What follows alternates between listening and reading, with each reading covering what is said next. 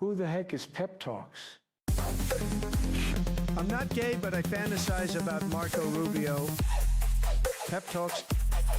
Pep talks. Pep talks. Let's eradicate the Kung flu. I'm literally coming. Pep talks. Pep talks. Who the heck is Pep Talk? They want our women. They want our children. Pep talks. Sometimes no means yes. Grab them by the pep talk. Grab them by the Marco Rubio. Obama is a racist. Pep talks. I'm literally coming. I'm Pep literally coming. Pep talks. We found weapons of mass Pep talks. destruction. My fellow Americans, it has been confirmed today from Pep Talks that we are indeed all high on politics.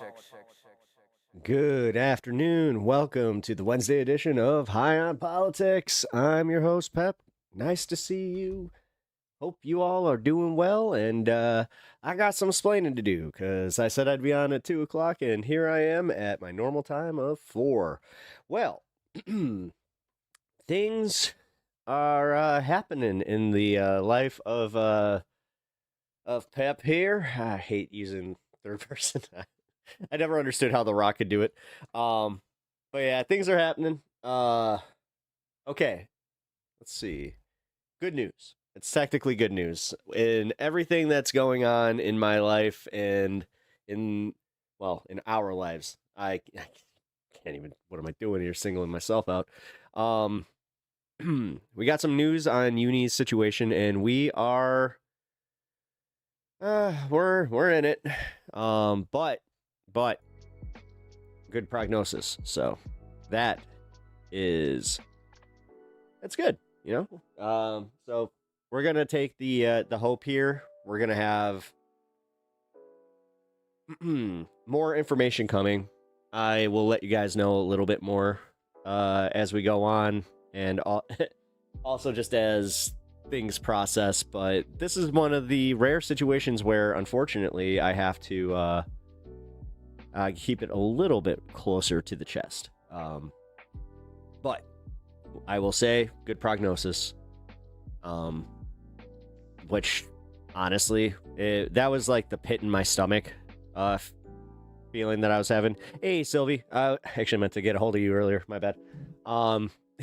Yeah, you were the main reason that I was like, oh, no, I'm going to miss my 2 o'clock start. But yeah, I did it again. I don't know why. I do not know why I thought that this medical office would be any different, but it took forever.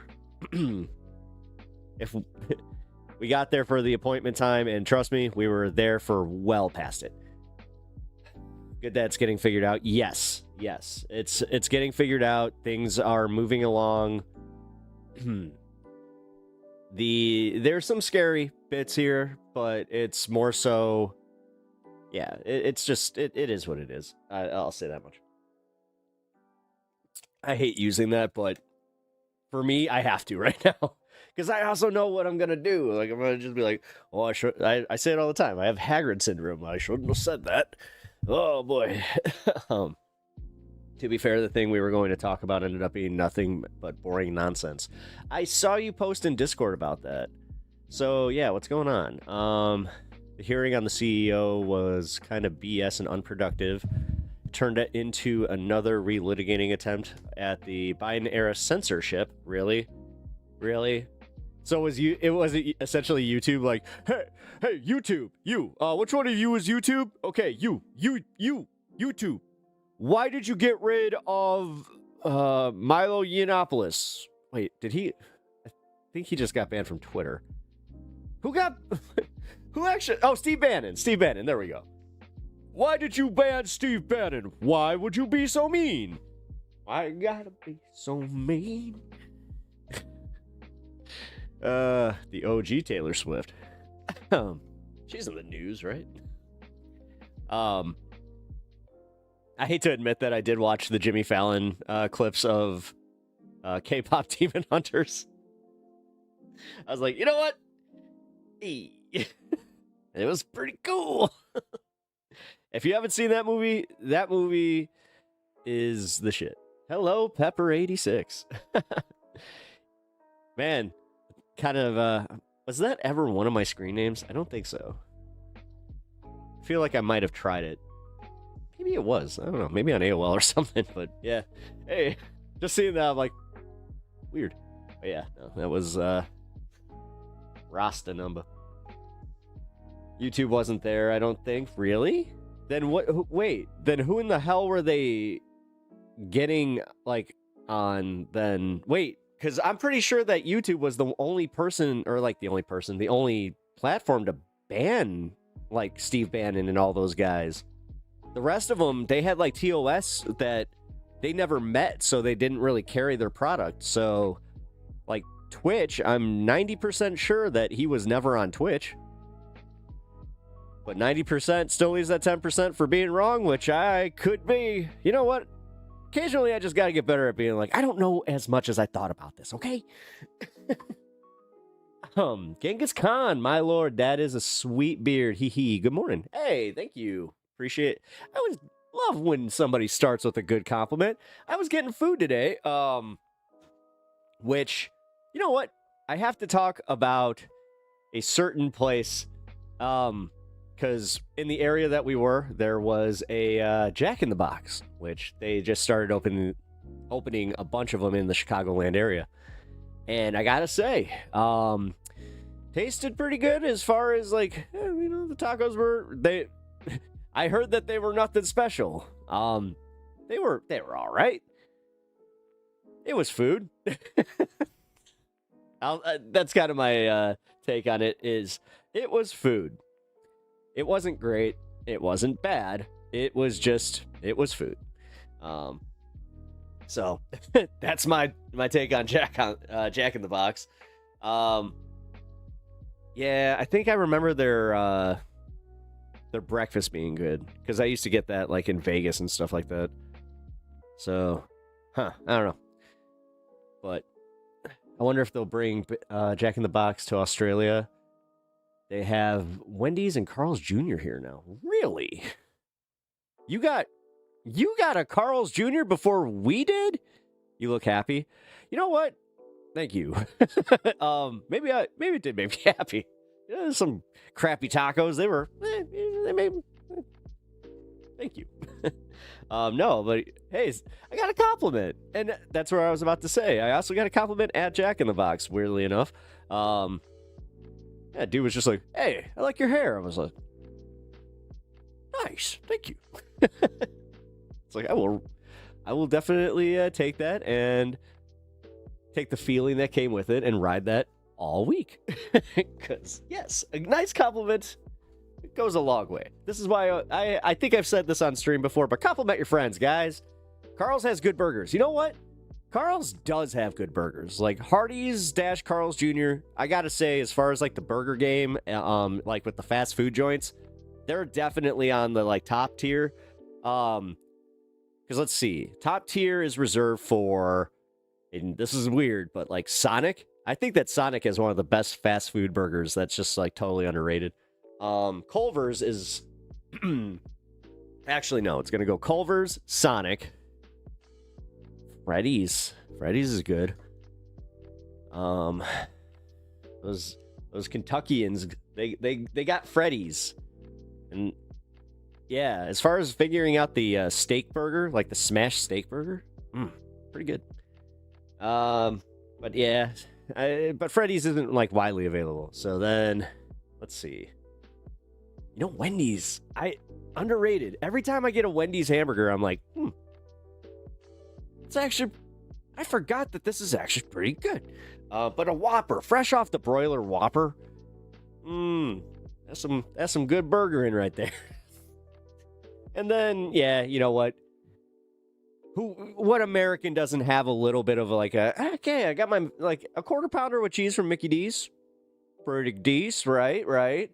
Kind of the same thing though. Like, too bad they don't have a broiler, but I do ask like, hey, can I get a fresh can I get fresh patties for this? Like I'm one of those guys that's always waiting for his meals, which I'm totally okay with. I don't care. Can you go to the next, can you go wait by the door, please? Yes, I can. That means I'm getting better food. Damn it. We have a KFC, like, near us that, honestly, if you don't do that, might as well not go. I don't know what the hell is wrong with that KFC, but they always have like drawer chicken that is cold. It makes no sense how they are still in business, and it's one of those places that, like, I'm pretty sure that KFC has been there since the 60s. So I don't know. Not trying to move on to that, because I will say this much. The tacos. Now, that was a lot to get to the Jack in the Box tacos. Yeah, I actually got to be honest, guys. I think that Burger King outdid them on like I'll just call it garbage taco, where it's like you put a slice of cheese in and then just, here's some meat. Is it leftover meat? I don't know. But it's meat. Product. Never wonder why we do have like an increase in the cancers that we do. Because, I will talk about this. So, when we were there, we got, like, there's this awesome nurse, right? So she starts talking about how she's seen an increase, and like a scary increase in people our age with very specific cancers. And they're just like, and she just even said it. She was just like, I don't know what we did. And I kept my mouth shut. I so badly wanted to say it though, because she was definitely of the age group where I'm like, well, you guys kind of, I don't know, fed us a steady diet of poison. That's kind of what happens with that. Pep with the hat. Yeah, I was wearing it. I was just out and about doing everything, and I didn't want to change or any of that crap. I was debating, doing something. But hey, whatever. Hats are always good. With my door today. But thank you, Fred. The kind words up there. Hey, Hermit, what up? And Jehu, how you doing? I am doing a little bit better today because, yeah, I can just talk about my end in this. The last few days, we didn't know, like, what was going on. Like, we knew where it was, and the only reason we even were treating it like, the final answer of what it was because of where it is, and they were just like, oh yeah, yeah, we know what this is. Every time we see it, it is, and well, it is. Okay, now we have full confirmation that it is indeed the cancer we thought it was. Not really going to go into too much detail. If you guys know through Discord, I'm fine with that, but on stream, I'm going to try and not really talk about the super specifics of it. But I will say this. It is, like I said, becoming more and more common in younger age groups. Are those kissing skulls kissing? Yes, technically they are. Yes, I love this design. This is a Tokidoki hat, actually. This is my favorite part of it. Look at that. Simone Lingo is, he's dope. Oh, actually, I have a signature from him. Because I got this awesome Godzilla, who is right there. Yeah, I got Simone Lingo, sitting. I gotta give my wife all the credit. She is the one who originally got into Tokidoki. She likes those unicornos. Do I have one of those? Oh yeah, I do. Here. These little guys. Pretty cool. Headless ones.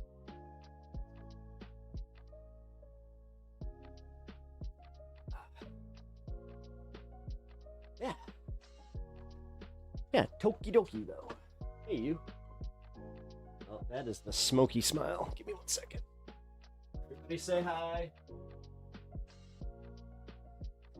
Uni's standing right off camera while I get her. Oh no! That was packed. Nerds. What a waste. That ended up right in the ashtray. There's no saving it either. Crud. Update, I was wrong. That hearing just happened at the same time. There's no current available video of the hearing I wanted to see. 421 time. We're at 4:15 actually, so we're getting there. Let her smoke, and then I'll smoke with y'all.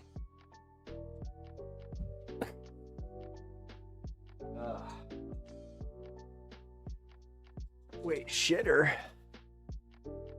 What's shitter? What's shitter? Peppa just shared a video on Aegis in your. Oh, here.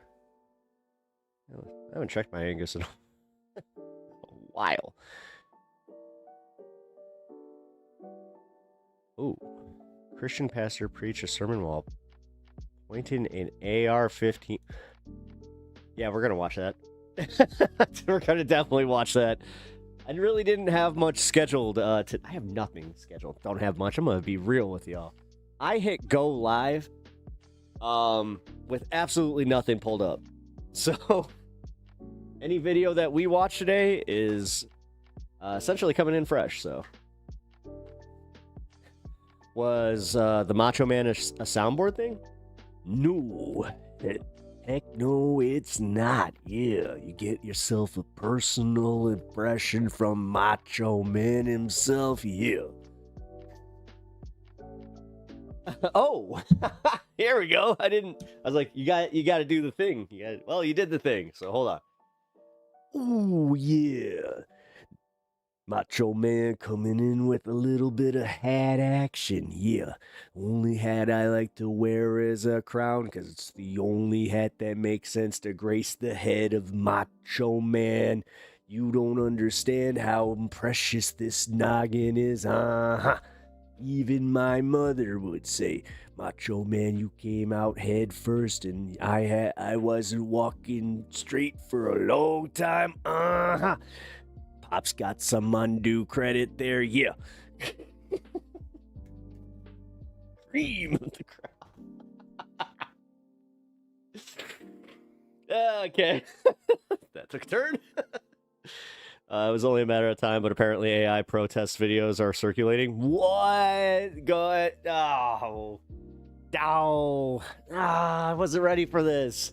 I saw the Tupac Biggie in the WWF video that has been circulating, and that is scary good. If I didn't know the history of Pac and Biggie and the fact that why am I even trying to hide it? The fact that I was that into wrestling that I watched every single episode of Monday Night Raw and they never showed up. You know who did? Mike Tyson. Multiple times. AI, we're fighting for tacos when we do it now. Sora 2, it was bound to happen. Sora 2 is like that thing. I don't know, man. I don't pay attention, and that might be my downfall, is where I'm not paying attention to the AI crap, because I think it's crap, and I can see through like pretty much every video. But that's where I will say that it's certain movements, man. The second that like a video does a certain, like the person in the video does a certain movement, it looks so unnatural, and it's immediate for me where I'm like, oh damn, that wasn't real. The Tupac Biggie one though, part of the problem is that they took real footage of like the crowd reactions and put it into AI. So that was odd, where I was like, huh, I wonder, because that's a weird legal territory thing, because technically I don't think they have to do anything with that. What is this? Dude, get out of my chat with this shit. What? There. Sorry guys, at these Twitch things where they're just like cheap viewers, it's like, dude, I get it. You did this thing with the frickin' political algorithm and anybody that has politics in their frickin' name. Wait.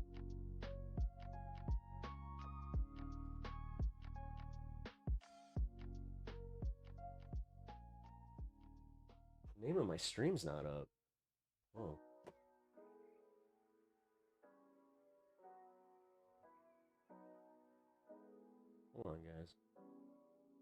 What's going on here?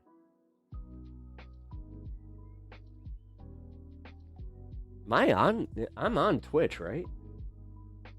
It says I have one viewer. No, I'm on. Weird, dude. Okay.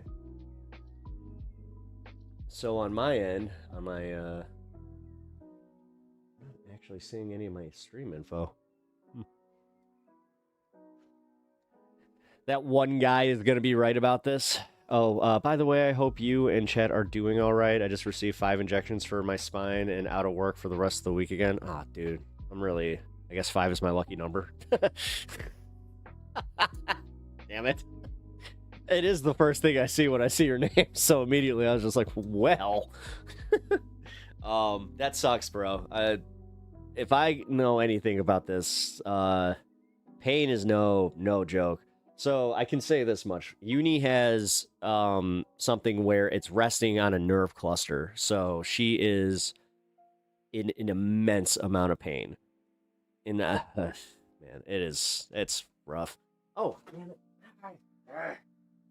Sitting here talking, doing the pep talks thing. Yeah. Oh, it's 422. Yeah. Damn it. Can't even keep to the 421. Happens. Talking about my life. But yeah, if you guys weren't here, we actually got we got a mixture of news. Good news, and also just like, give me one sec.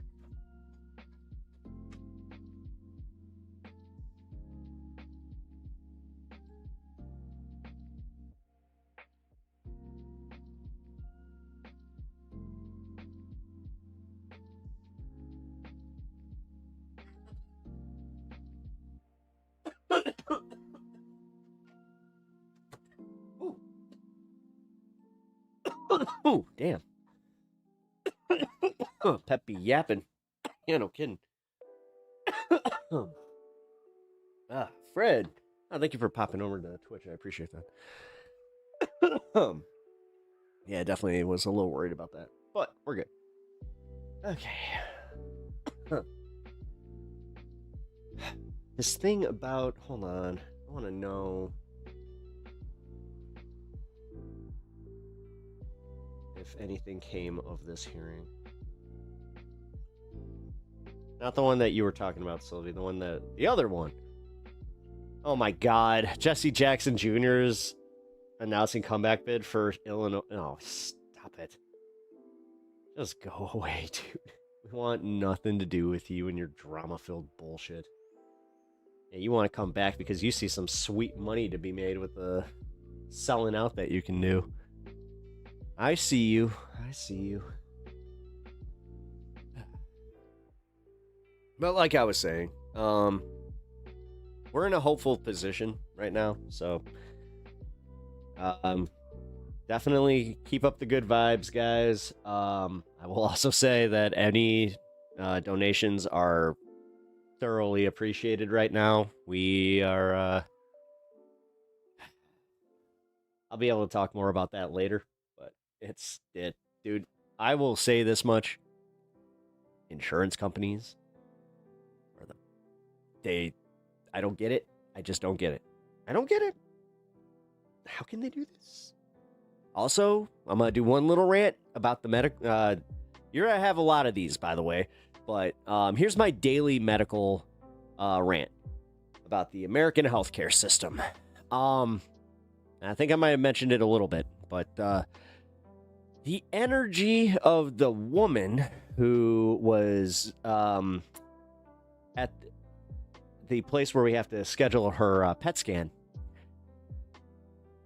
The amount of pain o' mind in this woman's voice was astounding. To the point where I'm just like, cancer? And then it was like, oh, yeah, right. Hold on. Let's see. Well, I don't like the way that they wrote this. Hold on. did it say this in a very specific way in order? And, well, if it doesn't, then unfortunately, this, I can't do anything for you. Is there anything else I can help you with? Dude. I have talked to customer service reps from freaking Comcast that had better just get people skills. Like, what the fuck? How do you...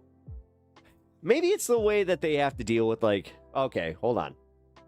We're going to analyze this one and break it down, because I did see some of the caliber of the people that they deal with. And while I will give a lot of leeway to people that are suffering from cancer and ailments like that, sometimes it's like, yeah, even though you're suffering, though, don't treat everybody like that.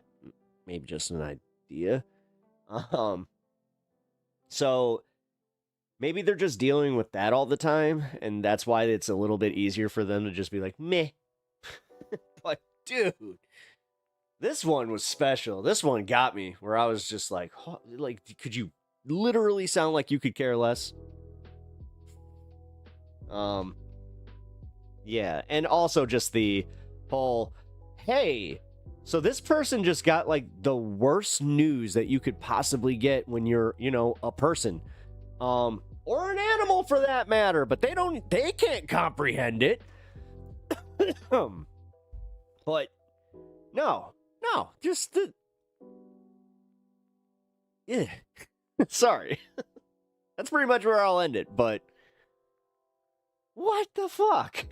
Just one more thing in our shitty healthcare system where it's just, do you have to add to this? Do you?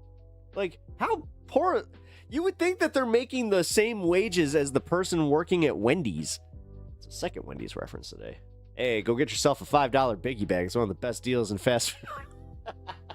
I do not have a sponsor by them. That's also my unsponsored bit of the day. Oh, also, if you didn't reset your bingo cards, make sure you do. And if you didn't know about the bingo cards, guys, we have a fun little thing here that you can have some participation in with watching the stream. It's a lot of fun. I played it myself. Not try, like, and that was where I was like, don't influence it. Try and do this organically. But I got a bingo. Easy for me to say. All right, so I'll watch that one too. Thank you, Sylvia. You're pretty much doing finding the videos that I want to watch today. And 5 Alarm, you also got one in the loaded up there. Okay, so why is this not working? The hell? Sorry, I'm trying to get the link for this, but it's not. There we go. Wasn't letting me copy the link. Weird. There you go. It is fun. And it's completely randomly generated throughout the day. Or through each one. And I just got a message that she will be updating the card and adding some and getting rid of others. So it's going to be shifting too. Cool. Well, that was great timing. Canada, #1. Well, I don't know about that, mister. No, dude, for real? Oh, I haven't thought about this because I have like 0 national pride, so I used to actually, like, I have a Team Canada hat from the World Juniors, which I felt like such a traitor. But I was just like, half of my fucking favorite players play for that team. Why would I not?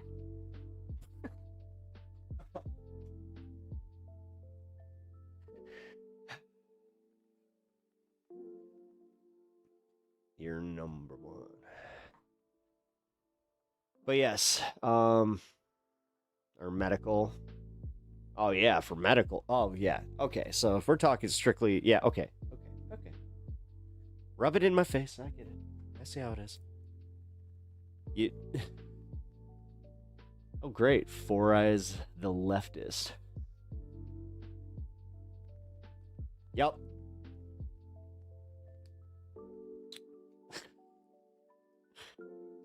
Yeah, fun times. Do I have any more medical rants I want to go on right now? No, I will say this. With everything that sucks about the system, thank God her doctors are good. Like, man, I was worried about that part. Which I know how lucky she is because we've gone through this with another member of my family. And there were times where I was like, that's that was a shitty way of saying it. Like, when you can catch my dad off guard and just make him go, the fuck did he just say? That's how you know you got something. Woo, Pep, I'm late. Hope everything is okay. Well, no, everything is not okay. Things are hopeful. We'll say that much. Things are hopeful. And we have a good outlook on everything right now. Yeah. Could she go to Canada for treatments, or would Canada deny her for any Canadians? I don't think they could necessarily deny her or would necessarily deny her. There would be issues with getting into the country. I do know that. Well, I mean, would there actually? Because, like, all she needs is a passport, right? So, no. No.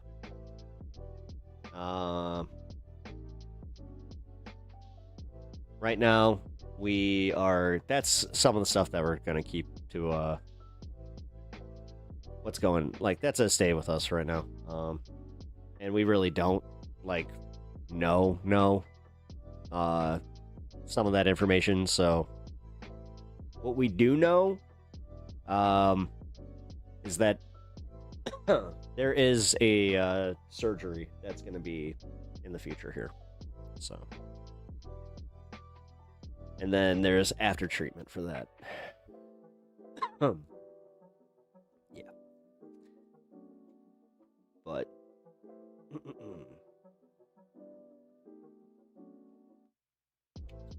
the pain is the big thing with her right now. The way that it's rough, guys. I was just saying to Five Alarm here before I got sidetracked, which I do often. That's like the roughest part. Especially, like, there's nothing you can do about it right now. But the surgery part is, like, this is weird. We got lucky with where we live.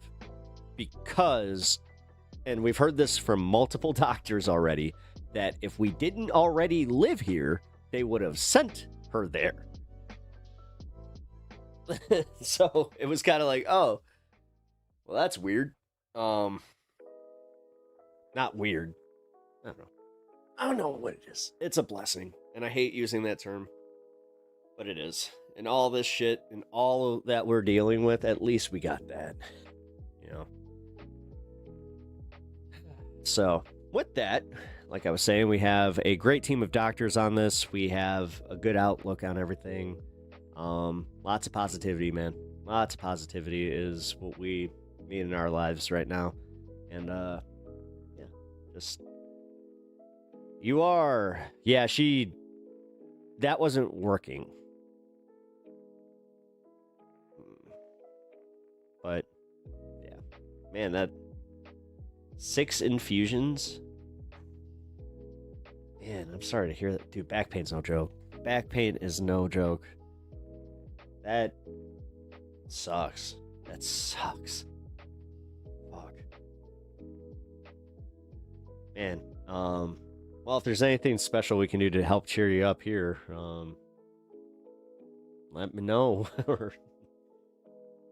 Also, just know that, yeah, dude. Fuck. my thoughts are with you, and everybody else, I think, is going to 6 infusions. Ooh. Ooh. That just really clicked with me, man. Damn. You have good health insurance, right? I hate that that's my first question now. And even with good health insurance, that doesn't matter. You think Canada and US will renegotiate the free trade agreement? No, not until Trump's gone. The problem is Canada's in a position to actually overtake the United States in GDP, so unfortunately, Donald Trump keeps handing y'all some W's without even knowing it. I already had 3 in my neck because the last IED broke my neck in 3 places. Oh, dude, whoa. Man.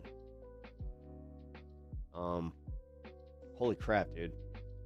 Yeah, you've gone through it. So you know, wow. I've got VA 100% disabled, unfortunately. Oh, dude.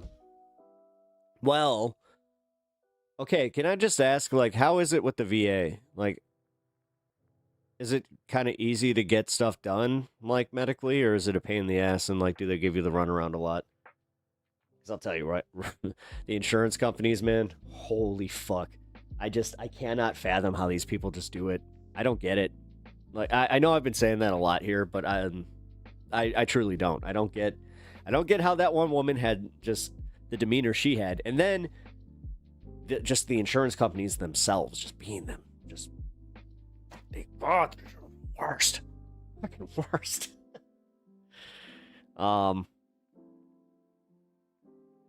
gotta work within the system, you know. It's so much fun. Just healthcare as a commodity. I mean, somebody made the joke that this thing was probably like $7,000. I have that actually. That's what I'll do. I think coming up here, I have to obviously black some stuff out.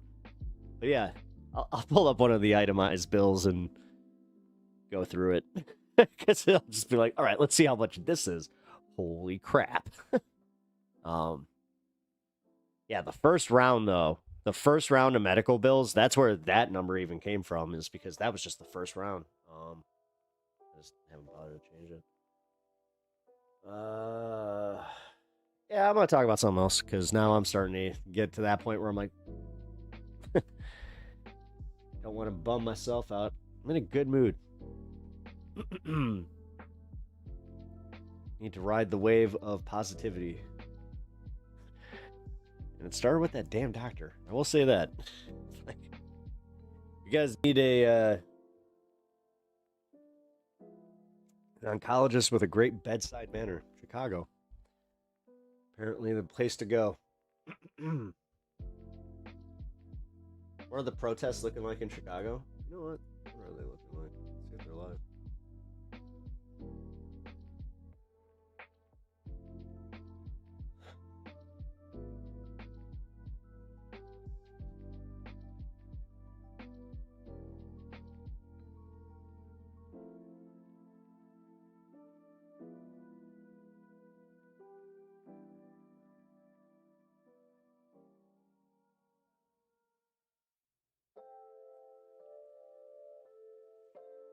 Weird.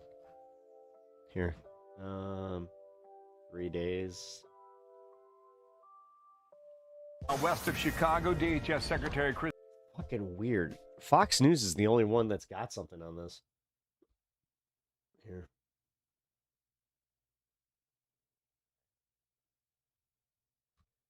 The panel Donald Trump held today under the guise of PBS was a bunch of far-right extremists posing as journalists, lying about witnessing far-left extremism. Well, that doesn't surprise me. Chrissy Nome is on the ground there, visiting the ICE facility in Broadview, Illinois, as hundreds of anti-ICE protesters gather outside. That facility serves as the federal processing hub for what's being called Operation Midway Blitz. Garrett Tenney's there, live now, 30 minutes due west of Chicago. Garrett, This is hello. 5 days ago. What the hell? Never mind.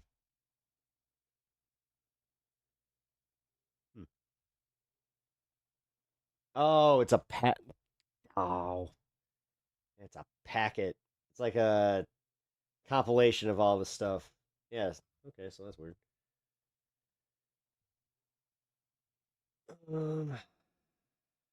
That one included Twitch Gooner CEO.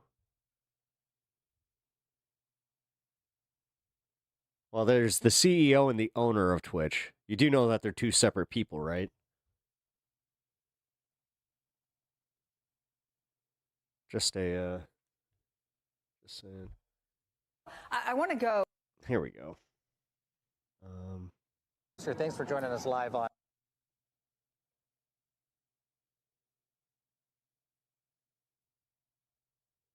Huh. No, we know nothing about the CEO one. That one was not recorded for public viewing just yet. I don't think it was live streamed. Okay. I listened to some of the Supreme Court arguments, the oral arguments this morning while I was having my coffee. Riveting. Dude, it is so weird how, like, the procedural aspect of everything, it's still so, like, boring, and you just kind of tune out, but it's some of the most dangerous consequences we've ever faced as a nation. And it's just, fascism will reign. Donald Trump has all the power he wants. Dan, CEO is Dan Clancy. Amazon CEO? Oh. Oh. I thought, oh, so I'm an idiot. I thought they were two different people. Oh, I thought the dude that, like, was glazing Hassan was just a totally different guy. I thought he just ran Twitch, and then there was the CEO of Twitch and the owner of it. And okay, now I get it. Got it. And that's the Amazon connection and why we get the Bezos bucks. Which, by the way, guys, if you haven't already subscribed over on Twitch, really helps me out over there. Gets me... I would like to say some algorithm love, but they claim to not have an algorithm. It's just purely based on interest of the topic that is out there. What am I labeled as? Just chatting. Okay, well, I guess that's technically true. Whatever. Damn, that's not good. Closed door meeting with social media CEOs. Yeah. Oh. How did I not? I didn't piece that one together until you just said that. Oh, that's really bad. that's like, hey, 5-alarm fire. That's your, yeah. The hell? We're just, who's in that? Wait, who's in the, Sylvie, who's in that meeting? Because, did you say YouTube wasn't? If they are, uh-oh.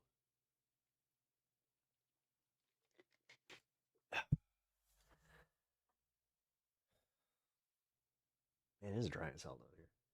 All right. We got an interview with J.B. Pritzker at what looks like a protest to me. Why can't I find any information about this? On MSNBC. How are you, Jake? We're good to see you. It's good to see you as well. You know as well as I do, the President of the United States in the last 24 hours called for you to be imprisoned. I want to give you an opportunity. We've seen your reaction on social media, but I want to hear what you have to say back to the President of the United States. Well, let's Why start is it with the always idea some that guy, this is like, a weird dude in the middle? felon. I mean, think about that. Come on. Who's threatening to jail Go with the rest me. of the crowd so you're not just like such I a gotta say, staple this of the guy's shot. unhinged. He's I'm the insecure. cameraman, I'd be like, He's a God wannabe damn it, dude. dictator. And there's one thing I really want to say to Donald Trump. If you come for my people, you come through me. So come and get me. What does that mean exactly, Governor? Do you believe that he would follow through or that he'll chicken out? He basically said the same thing to Governor Gavin Newsom when I was with him at the height of the raids in the Los Angeles area. Governor Gavin Newsom is walking free on the streets of California. You think that he'll chicken out, or would he ever arrest you? Well, you know the expression, Trump always chickens out taco. And I got to say, he can't arrest. We've done nothing wrong here. And very importantly, it's Donald Trump that is breaching the Constitution, breaking the law. We're taking him to court, and I believe we're going to win. Right now, in the Chicagoland area, the Texas National Guard is staging for a deployment that Governor Greg Abbott has ordered. What's the latest? Do you know where they are, what they're doing at this hour? Well, to be clear, Donald Trump ordered it and federalized those troops, and Greg Abbott's just going along. This is the same guy, by the way, Greg Valve, Discord, and Reddit. Ooh, Abbott, Discord. who last year complained when Joe Biden tried to Interesting. call up his National Guard and actually wrote a letter, signed a letter opposing that. Now he's okay with it because why? He's a lackey of Donald Trump. So we know that the Texas National Guard has been staging in Illinois. They're not yet, as far as I understand, on the streets, but I want you to know the federal government is not communicating with our state. They're not talking to you about where these troops are going. It's unconscionable. This has never happened before. They're calling out troops onto the streets of a state that doesn't want them, and they're not even telling us where they're going to go, what they're going to do. This hasn't happened, I don't think, since the Civil War. Let me ask you about the lawsuit. You have sued to stop their deployment. You didn't sue to stop National Guard on a nationwide level. You sued to, correct me if I'm wrong, just the Texas National Guard. Actually, no. We sued to stop him from calling out the Illinois National Guard, the Texas National Guard, and all other National Guards because it is unconstitutional. On the streets, even before the National Guard has made it to the streets of Illinois, you've got the Border Patrol. I was in Cicero yesterday, a 90% Latino population, and I watched as they not only picked people off the streets, but family members would come up to me and ask me where their family members were. I watched you with Rachel the other night here on MSNBC, and you were talking about how CBP has basically used the justification of the 100-mile border rule to allow the deployment here, and they're saying the border of Lake Michigan, the coast of Lake Michigan is the border. Lake Michigan, many people reached out to me and said, Lake Michigan doesn't even touch Canada. Are you thinking about suing to stop the deployment of the Border Patrol here as well? Do none of these people have any media etiquette? Come on, man.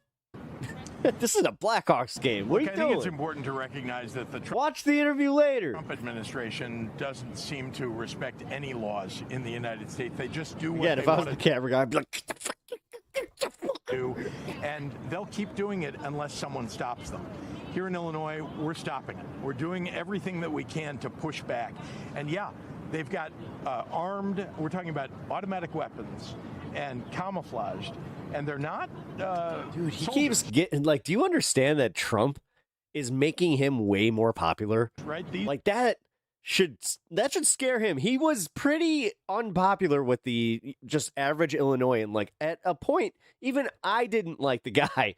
And this is around the time that he even was like, yo, you're going to have medical or like not medical, full legalization. And I was like, whoa, okay, but oh man, do something about these taxes. But I got a video to watch about the whole Illinois tax myth. These are ICE after this, and so Customs and Border Patrol agents that are roaming the streets of Chicago, in downtown Chicago.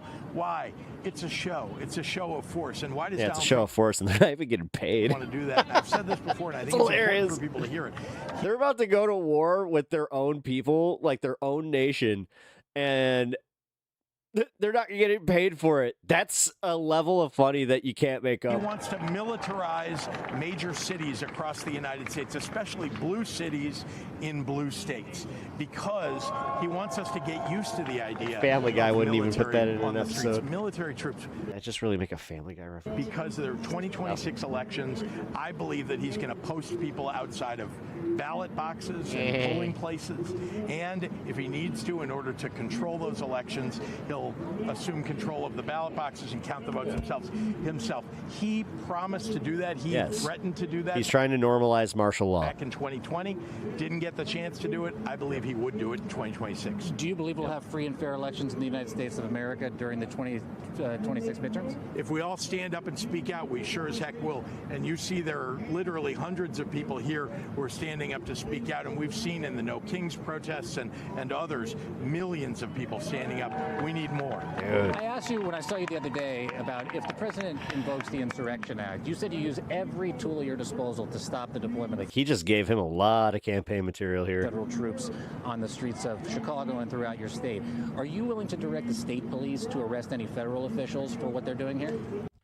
Okay, I don't know his answer. Look, we don't break the law here in Illinois. Oh, To motherfucker. direct our state police to break the law the way that Donald Trump directs people to break the law. What we will do is fight like heck in the courts. We have to rely upon judges. And by the way, a Trump-appointed judge made the decision on Oregon and the calling out of the California National Guard. Judges will and can do the right thing. We have to rely upon our courts. I'm not looking beyond that. We have to make sure that happens. But the other thing we have to make Is that sure that security happens detail? is we elect I think good that's a people to security the Congress, detail. because in the end, if Congress is not asking questions, holding hearings, and holding the president accountable, he will Wait, just run Sam Cam, roughshod across our this state. guy. What's your message, final question, to the people here of the state of Illinois, the people of the city of Chicago, as this incursion by the federal government, these troops are on the streets of your state, of this city? What do you want them to do? There's a big protest scheduled for 5:30 p.m. tonight. Well, first, Oh, that's why. we've made sure that people know their rights and they Okay, know how to we got- find out we got what a their rights little are. bit here, because guys. We don't want them We'll picked watch up that. off the streets just because they're brown or black, just because they happen to be undocumented and have committed no crimes. Remember, he said he was going after the worst of the worst. It's not going after the worst of the worst when you're just literally stopping children who happen to be brown and asking them for papers as if, they're going to have proof that they're a U.S. citizen. So first, know your rights. Second, we want everybody to pull out their phones, an Android, an iPhone, whatever you've got, and film everything you see, because we take that to court. We also show it to the public. And it's one of the reasons that so many people are speaking up and acting up in order to fight Donald Trump, because they're seeing this is not the country that we grew up in. This is not the country that we want. And so that's very important. And then lastly, again, we got to take them to court. We got to win. It looks like we're going to do that. For someone who has been threatened with arrest by the President of the United States in the last 24 hours, it's nice to see you out here on the street with all these people, and I'm grateful for your time. I know a lot of Appreciate you, people want to talk to you. Okay, Good to thank see you. Governor J.B. Pritzker, I appreciate it. All right, so we got a protest in about a half hour. Good to know. All right, here. I said we had a video that was about the taxes in Illinois. Here it is. All right. Tom Powell. My man Tom Powell. Who have this theory that he lives near where I grew up. We get bitched out by other states all the time, we being Illinois, for how much tax we pay here in the state of Illinois. We do. I don't understand the Like, dude, especially in Illinois, you always hear, and it's always the richest assholes. complaint. If I'm being completely Always. honest with you, people, I can barely afford to live. Okay. Usually when I hear that, it's from somebody that has a boat and 2 jet skis at their weekend place. Yep. But He is so not wrong. let's talk about cars for a minute. Yeah. The number of people who are conservative in the state of Illinois that bitch about having to put a $110 tag on your license plate every year, a new tag on your, it says that you're renewed for another year. It's usually a day. Yeah, you guys all have that, right? Even in Canada, I think you guys all have to do like registration. Now, how does it work in your state? Is it once per year, or is it I know that some states actually renew it every 6 months, which that's annoying. Different color every year. Here in Illinois, that's $110. I have about 130 specialty plates, so it's like 100. No, it's about 130 or something like that a year, once a year. Oh, damn, dude. Outside of that, dude, thank you for your generosity. TTS 5 alarm fire $50. I hope this helps in some way, brother. Hopefully doesn't take half of it. If so, let me know how to get 100% of my donations directly to you. I should probably do that. No, that really helps out. Thank you. And here. Oh, look at you. Actually, Yeah, more than that. I grabbed 6. Oh, it's because I dropped 2.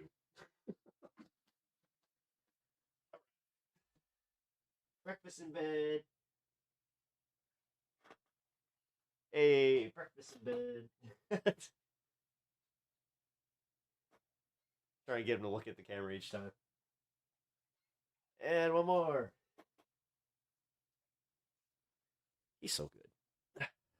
5 alarm, thank you. That means a lot to me, man. Dude, thank you. And Stanley, he thanks you too, right? All right. There is no ongoing tax to own a car by the state of Illinois. Certain individual municipalities. When I first saw this, I was like, why would he even bring that up? That can't be a thing. Like, that seriously cannot be a thing. Here it can be 1, 3, 6, or 12 months, no plate date stickers anymore. Oh, really? Especially up close to the city of Chicago, in and around the city of Chicago, where street parking is at a premium. They will make you buy a little sticker that goes in your window every year. City stickers. It says that you're a resident there and you can park on the street there. Yeah. But there is no state tax beyond after you buy your car to continue to own your vehicle, right? It's just that tag of, like I said, a little between $110 and $200, depending on what type of license plate you have. Costs way more than that to own a car in Indiana, and apparently it costs way more to own a car in this state too. I live in Virginia, and in Virginia, even if you own your vehicle, you still have to pay taxes on it every single year. It's called personal property taxes. Okay, that's crazy to me. And it can affect your cars, trailers BC, that Canada, you have, yeah. campers, RVs, boats, anything along the Yeah, lines British of Columbia, right? that. Yeah. Even though you pay taxes on it when you purchase it, you are still going to pay taxes on it every single year, even if it's paid off. The area that I live in, we get one bill a year, and it is due at the end of every year. Wait, so you just... So, if you own more than one car, you have to do this multiple times? Right around Christmas time. There are other areas that get a bill twice a year, so they have 2 smaller bills throughout the course of the year. So let's review our bill because it just came in the mail yesterday. The way it works is the county gets an assessed value for your item. So whether that's your car, camper, whatever it is, they give you an assessed value. And then there is a rate per $100 that you pay.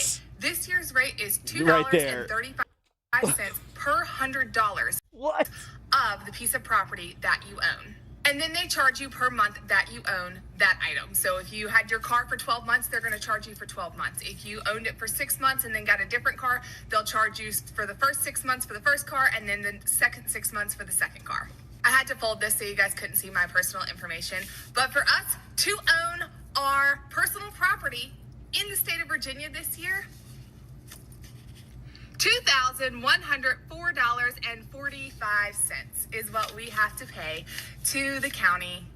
The county? Right before Christmas time. Last year when I posted the video on how much we owed, everyone was like, oh, that probably includes like their registration and tags and all that. No, that is a whole separate charge.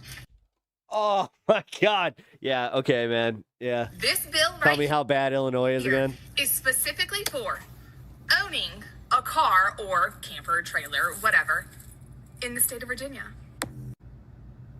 Fuck that. Yeah, fuck that.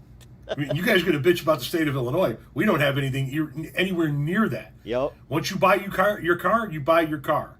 You put tags on it every year in the form of a license plate, couple $100 a year. That's it. I still got to pay the sales tax. You're going to come assess what my car's worth? Like, we do that with property. Everybody does that with property, right? You get an assessment on your property value, and then you pay your property taxes. Right. Of course. What? Yeah, somebody literally was just like, let's apply that to cars. You're going to come assess my That's camper, fucking wild. my boat, my trailer, my car. I got 3 fucking cars in the driveway. There's my 2021 Jeep Cherokee. There's my wife's 2019 Grand Cherokee. Hey. And my 21. You guys got good taste. 1-year-old like daughter's 2015. Yeah, we got a Jeep guy. My guy. All right. Jeep Pride. Jeep Renegade. Duck, Jeep. All of that, you're going to tax me on every year for owning it, and you're going to assess the value of it. don't want to hear shit about Illinois. Yeah, I want to hear shit about Illinois anymore. I love that. I don't want to hear shit about how bad Illinois is ever again. Like, seriously, that is a PSA for anybody that is thinking about leaving Illinois and going to Virginia, number one. Because now I want to know, like, how is it in, like, Texas or any of that? But if you own multiple cars, you're a rich guy. Not necessarily. Because like he just said, it's one for his wife, one for him, and one for his daughter. If the newest one that he had was a 2021, nah, that's not that. That's not like super. That's richer than your average person, yes, but that's like low. That could be lower middle class, like or just straight middle class. Depends on what his situation is with his mortgage and all that too. I can tell you right now, he's definitely not one of the ones that lives in like a gated community or anything like that. One thing about being 100% vet disabled in Alabama, I pay 0%, zero personal property taxes. Really? No shit. I low-key thought this was common for, no, that's not common at all.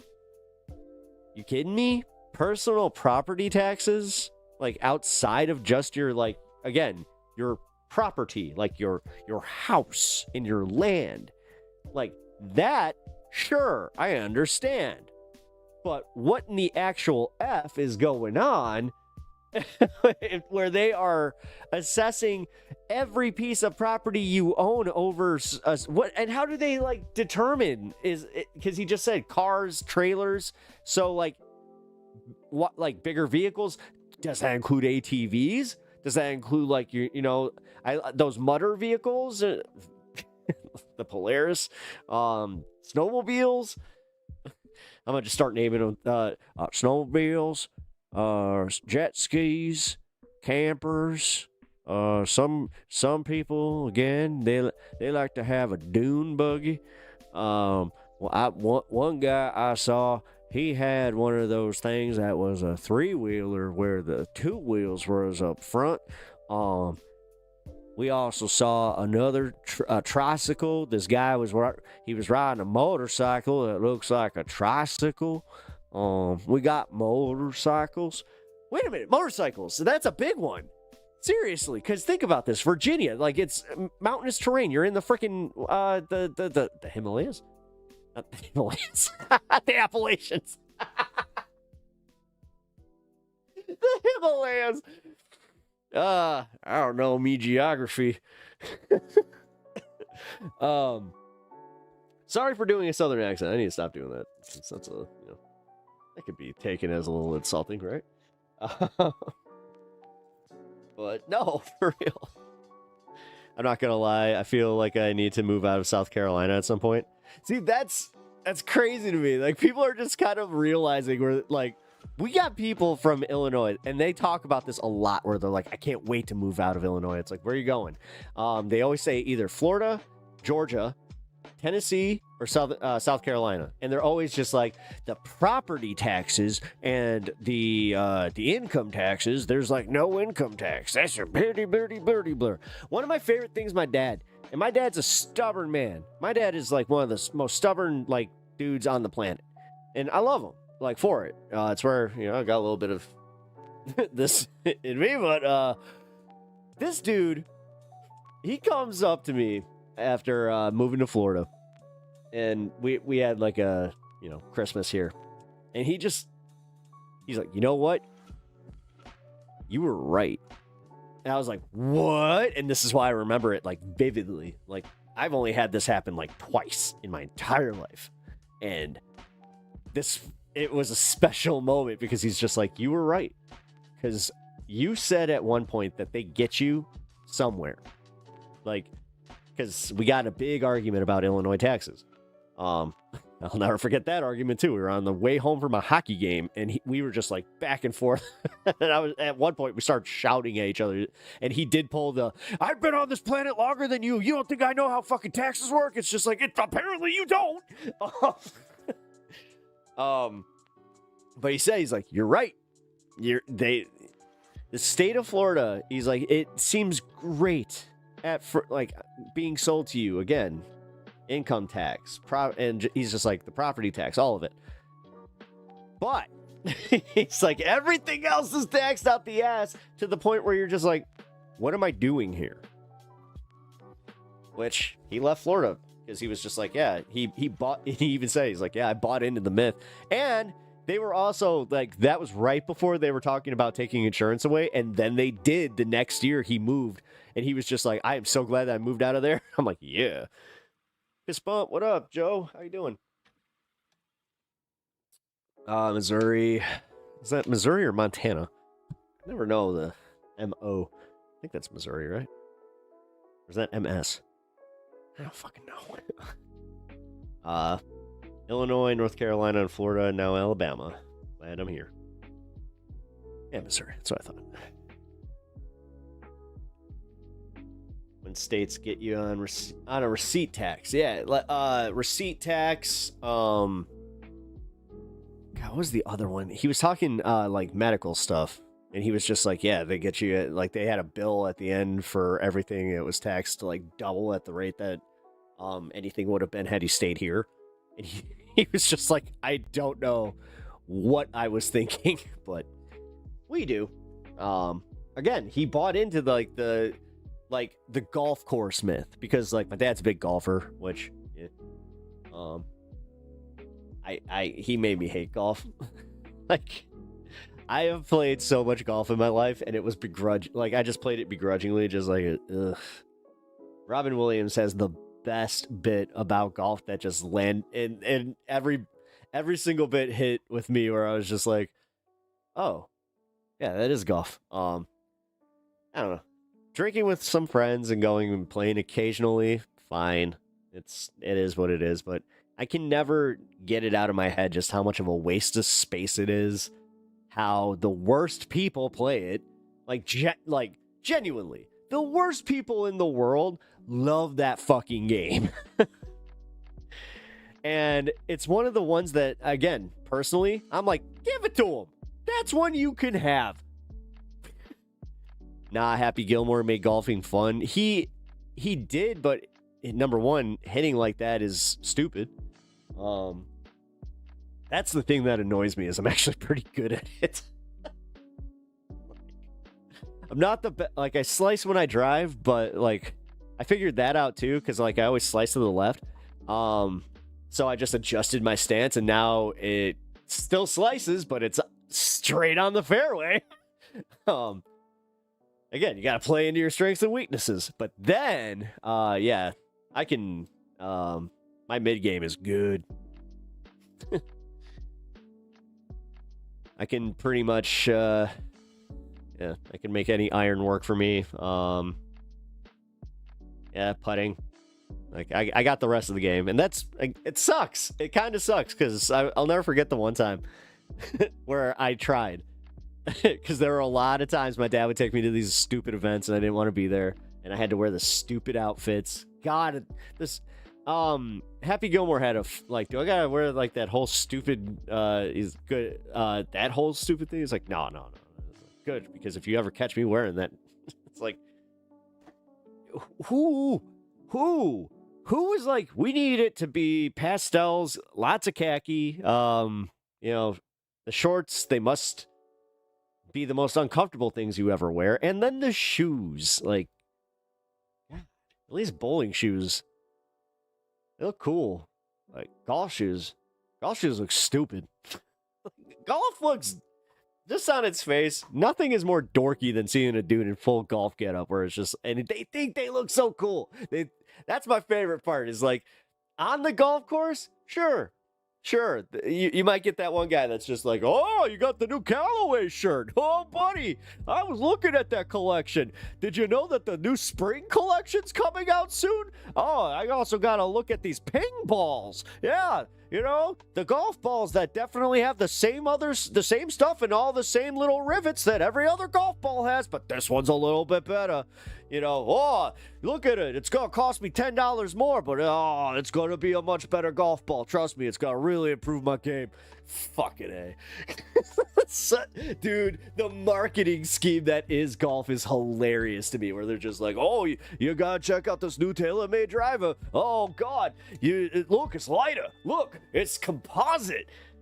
When I heard that they had composite on a fucking driver, I was like, that's stupid. That's fucking stupid. Because if you're looking to actually have like power to your drive, why would you not use metal?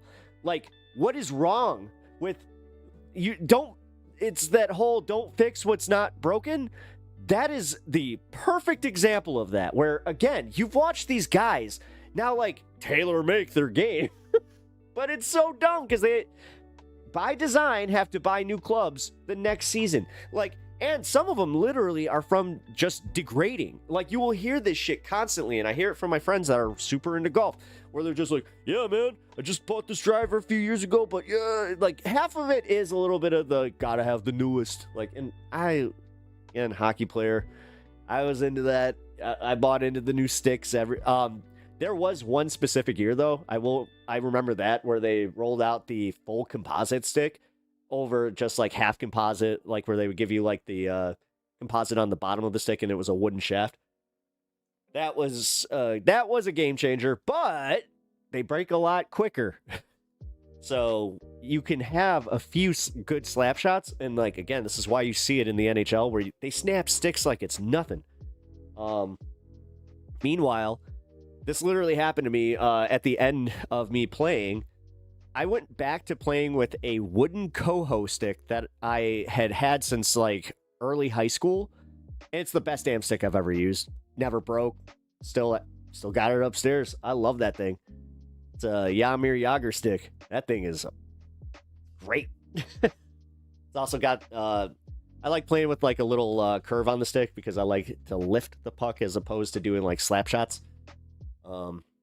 Yeah, that's how that works. But that's also what translated to me being okay at golf. Is like, I just understand how shot trajectory works. But again, what sucks is the guys that take it too fucking seriously. I can't stand somebody coming up to me and just talking about like their freaking golf scores. I don't give a fuck. And I'm pretty sure that the people you play golf with genuinely don't give a fuck. Because most of the time it's, hey, my golf score is blah, blah, blah. And they're just waiting for them to just be like, oh, yeah, well, mine's blah, blah, blah. So much better. I've also made par on this course and this course. I'm a better golfer than you in certain circumstances. Because, again, never consistent. Like, and then you actually play with some of the people that like pull that shit and love to talk shit about it. And then you see that they're always like, yeah, you know what? Mulligan. It's like, come on. So that you're not, let me guess, you're not writing that one down. Are you tallying how many mulligans you took? No? Okay, cool. So you're full of shit. You're completely full of shit. This game is it's bullshit. If you can do that, if you can edit the game to make yourself better at it, again, what is that? See, I never had that shit. I owned every bad score I ever got, whether it like was in golf or if it was like goaltending, playing out, any of it. Like, I would look at my stats and I would own that shit. When I did good, fine. But when I sucked, it's like, all right, I gotta improve. I gotta learn to do better. I wasn't sitting there just like, nope, that will not do. That's a mulligan game. Like, what the hell? This fancy new set of dice will totally improve my D&D rolls. Hey, Sylvie, now, hey, having some new dice, dice. Shut up. God damn it, I was about to make a point where I'm like, I'm going to totally contradict myself and just be like, no, it's not the same. It is the same. Let's see. Let's roll on that. I rolled a 9. I rolled low. I should have said higher than lows. That should have been that, but whatever. They don't make them like they used to, just more expensive. I got a set of ping golf clubs that my dad gave me when he won a set at like a raffle that was like a lot nicer. But they're fine. They're great, actually. Like, the funniest part is I have like golf clubs that are now worth money on the antique market, go figure, because of how well they were made, and because people are like, oh yeah, you know what? I shoot a little. You go play with an old Big Bertha. It has a little bit of a kick to it. Like, yeah, you know why that is? It's because it doesn't have composite. It's literally just a big old hollow piece of metal on a stick. And you go wacky ball with it. And when you go wacky ball with it, the ball might go where you want it to. And if it doesn't, you can wacky ball again and not have, you can just be like, that doesn't count. You see how much that makes sense? Also, to kind of play into the Robin Williams joke a little bit, one of my favorite parts about that was like, oh, so you just, so you hit the ball and it just goes to the hole. No, you gotta hit the ball and walk to your ball and hit it again. It's like, wait, what? How many times do you do this? Oh, 18 fucking times. Oh, man. Oh, my favorite part about that joke is just like, and then you keep whacking the ball and you miss again. And then you keep whacking away and you just feel like you're going to have a fucking stroke. Well, that's what we'll call it, a stroke. Because every time you miss, you feel like you're going to fucking die. Again, but fun. Also, little condescending bit here because like my dad, before my wife caught on to this one, where we would be playing video games and I'm getting mad at a video game specifically. I remember exactly what game he did this to me playing. I was playing Devil May Cry and I was like shouting. I was like, ah, that's fucking boss. Oh, motherfucker. He just does this little thing. You just kind of, you do this to have fun? Shut up, Dad! You don't understand. It's the reward. You just don't get it. It's like, oh, okay. I'll remember that when you asked me to buy you another video game. It's like, come on, Dad. But now, dude, I had a moment with him the other day where he was, he came over, right? He's looking around and he's just like, yeah, that some of these collectibles that you've been keeping around, like, you can probably sell those for money now. I guess I was a little wrong about that. I was just like, yeah. Oh, you mean my dust collectors? He just did one of these, like, I was admitting that I was wrong. It's like, oh. That was number 2. That was the second time he ever admitted to me that. It's like, hey, I was wrong. You were right. Cool. It was really funny because I, show him the studio, and he's looking around and he sees Optimus Prime and he's like, "Is that your Optimus Prime?" I'm like, "Yeah."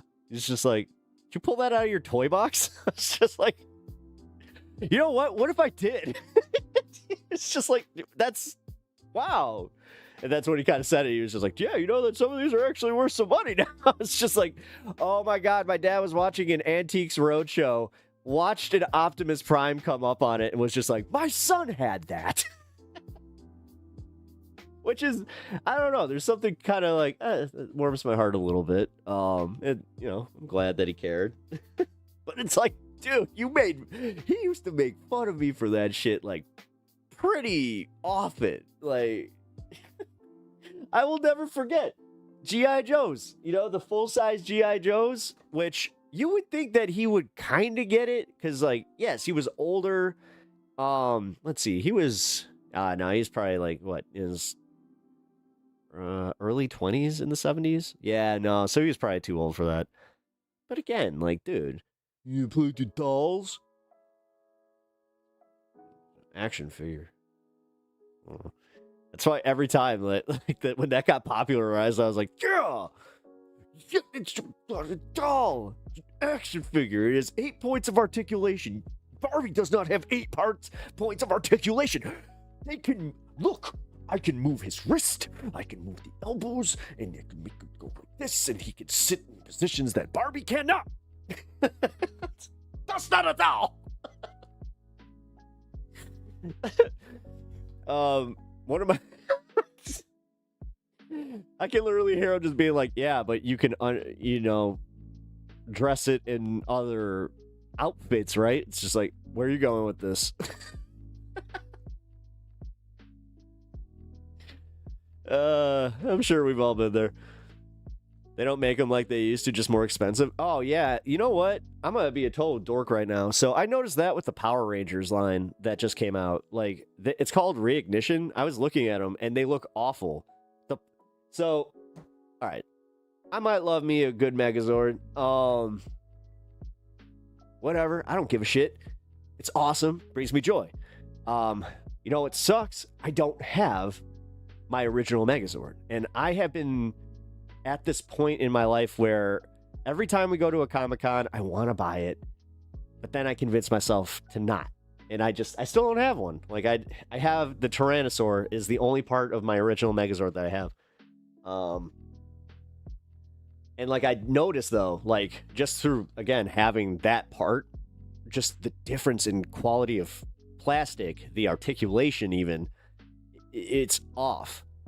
And it looks chintzy as hell.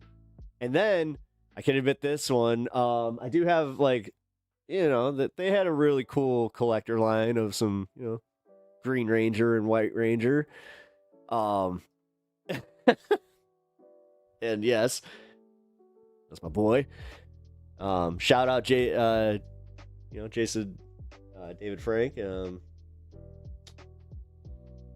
it sucks that he did what he did, but anyway, back to the fact that, yeah, the plastic and everything now sucks, and it's like you said, it got more expensive too. Yeah, collecting, I kind of brought this up yesterday. The joy of collecting is almost gone.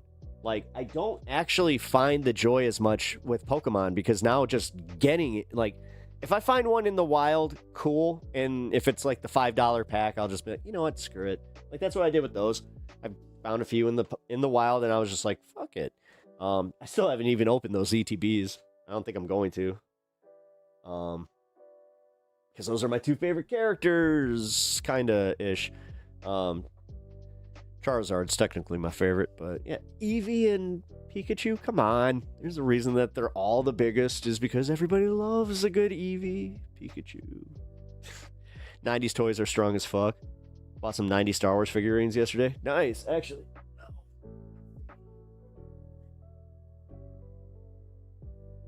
I got my 80s Luke and my 90s R2. There's my Power of the Force R2. I always love this guy. Yeah, he's pretty much like, he's in rough shape. And then here's my 80s Luke Skywalker. My grandma bought me this one.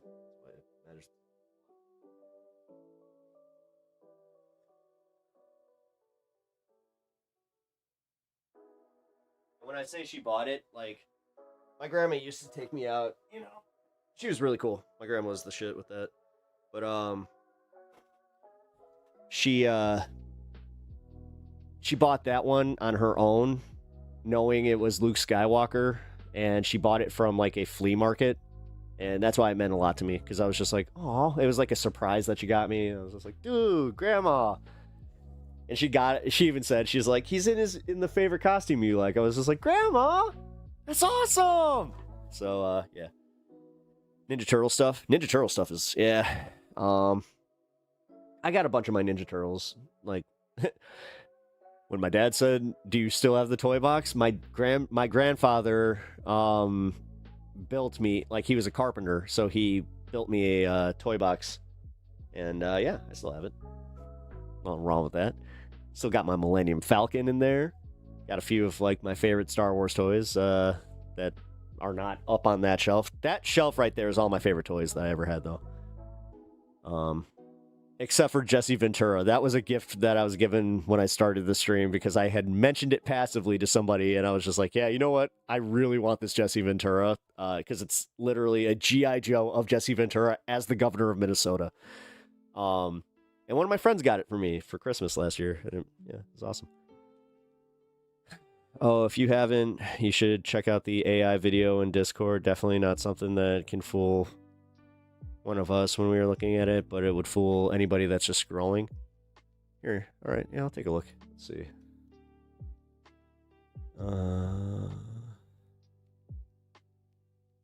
Gizmodo. Just gonna overload my computer. I can already tell. Fucking Gizmodo. Every time, dude. Why is it like certain websites? It doesn't matter. Like my computer's not bad by any means. But for some reason, when I go to like Gizmodo, it's just like here.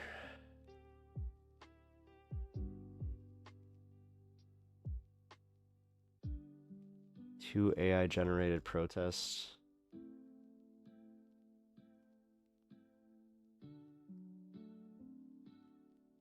Queso, no cheese! No queso, no cheese! You hear me? No queso, no cheese! Get back! No! Ah! Ah! My... Yes, I can tell that that's fake, but yeah, it's not from. Why does he say no? Queso, no queso, no cheese. No queso, no cheese! You hear me? No queso, no cheese! Get back! No! Ah! Ah! My eyes! Ah! I can't see! I can't see! No queso, no cheese! No queso, no cheese! No queso, no cheese! Back it up! Back it up! No cheese!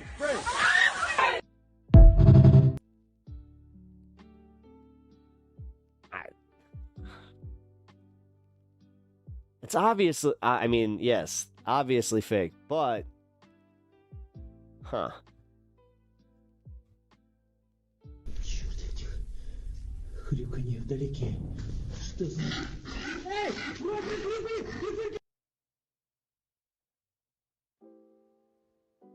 Are most likely to fool people. I was about to say, that didn't even look that AI to me. That is man, that is scary. Because the no queso, no cheese part, I was like, no. There's something off about this. And then when he dropped it, like, oh my God. Like, nah, it looked weird.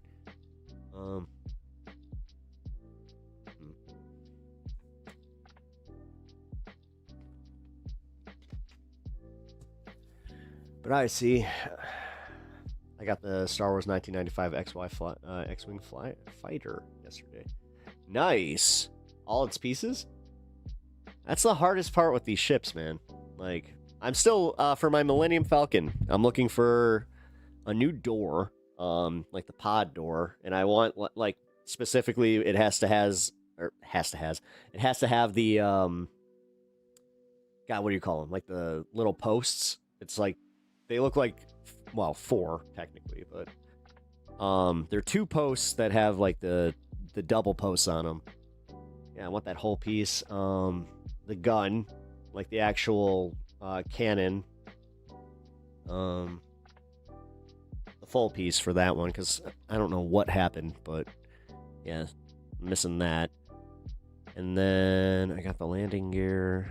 I remember I finally replaced that, because I found that randomly at a thrift store where I was just like, hell yeah, that was a win.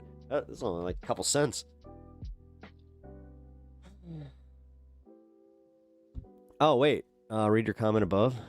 I had all the original Star Wars space vehicles still in the box and asked my mom to take care of them. When I joined again in 2001, she opened them all and gave them to my sisters and son to destroy. Oh. Yeah, I mean, if you got some of them pieces. Yeah, I got a PO. I do have a PO box. That would definitely be making good use of that. Dude, do you know how unreasonably happy that would make me? I would string up my Millennium Falcon in the corner there.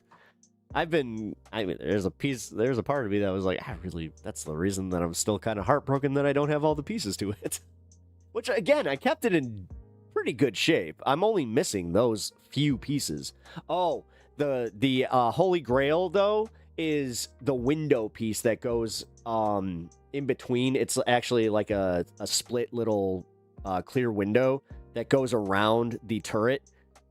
For some reason, it's so hard to get.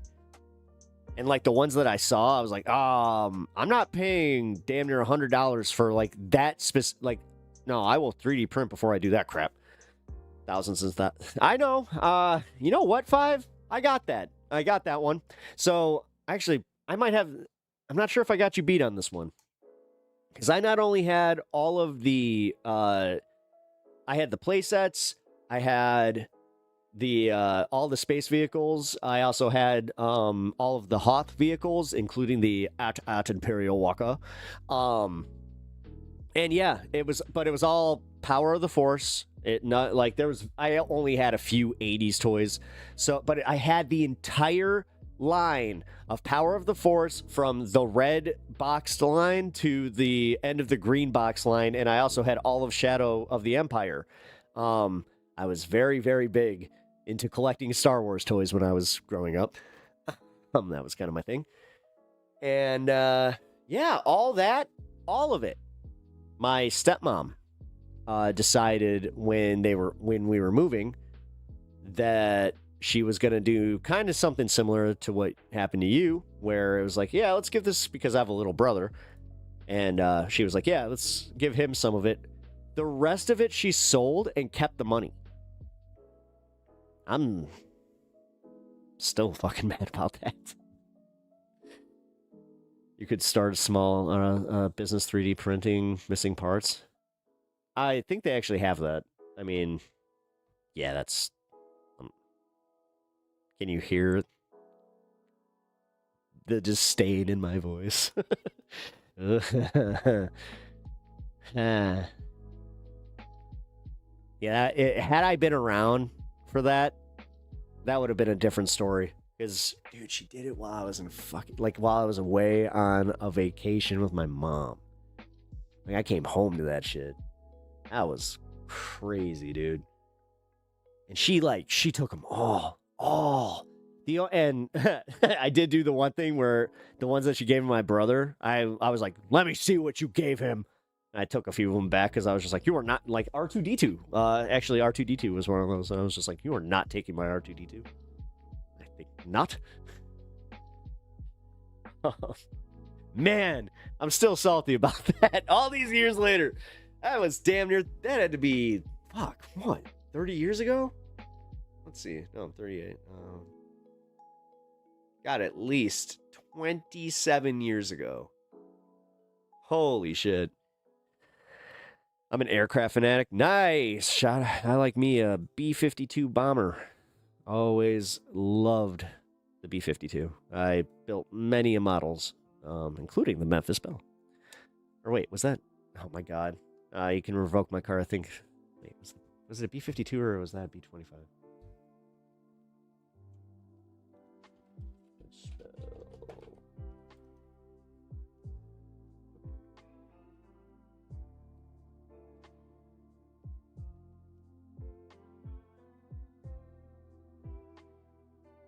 B-17. Oh, I was way off. Okay, so I like the one that has... Wow. I never said I was like a fanatic, but God damn it. Alright, so I did build this, though. Let me show you this. It's the Mitchell. Here it is.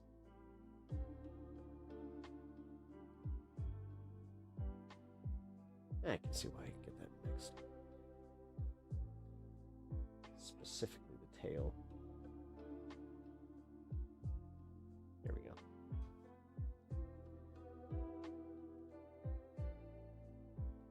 Yeah, look at how pretty that is. As far as like designs of planes, I always like this one.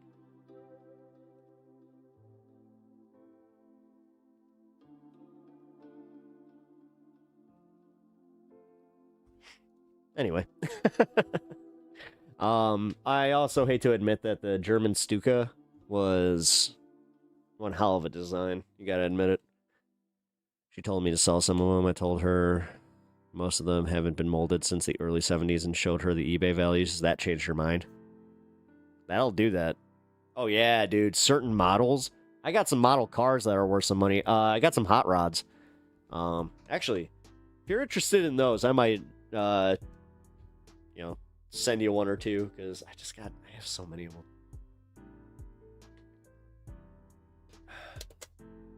If someone's going to take more joy in them from just having them, then $30K in one room.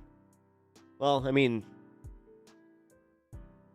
I hate to do that, though, because my pops has this saying, and it's a pretty wide, it's widely said, but is it actually worth $30K? It's worth what people will pay for it. No. As someone who's a comic book collector, trust me, I don't live by that. You kidding me?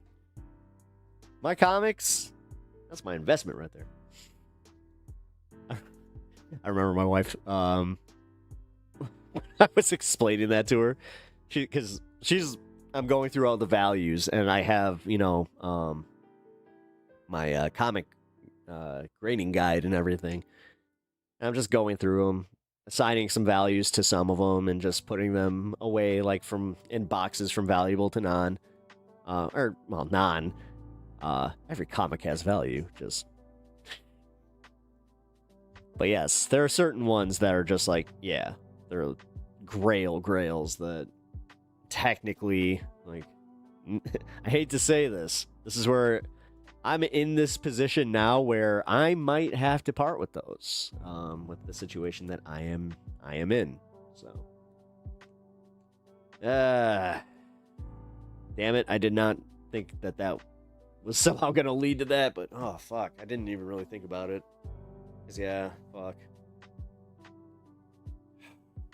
There's no justifying, especially when I need the money. Fuck it, damn it.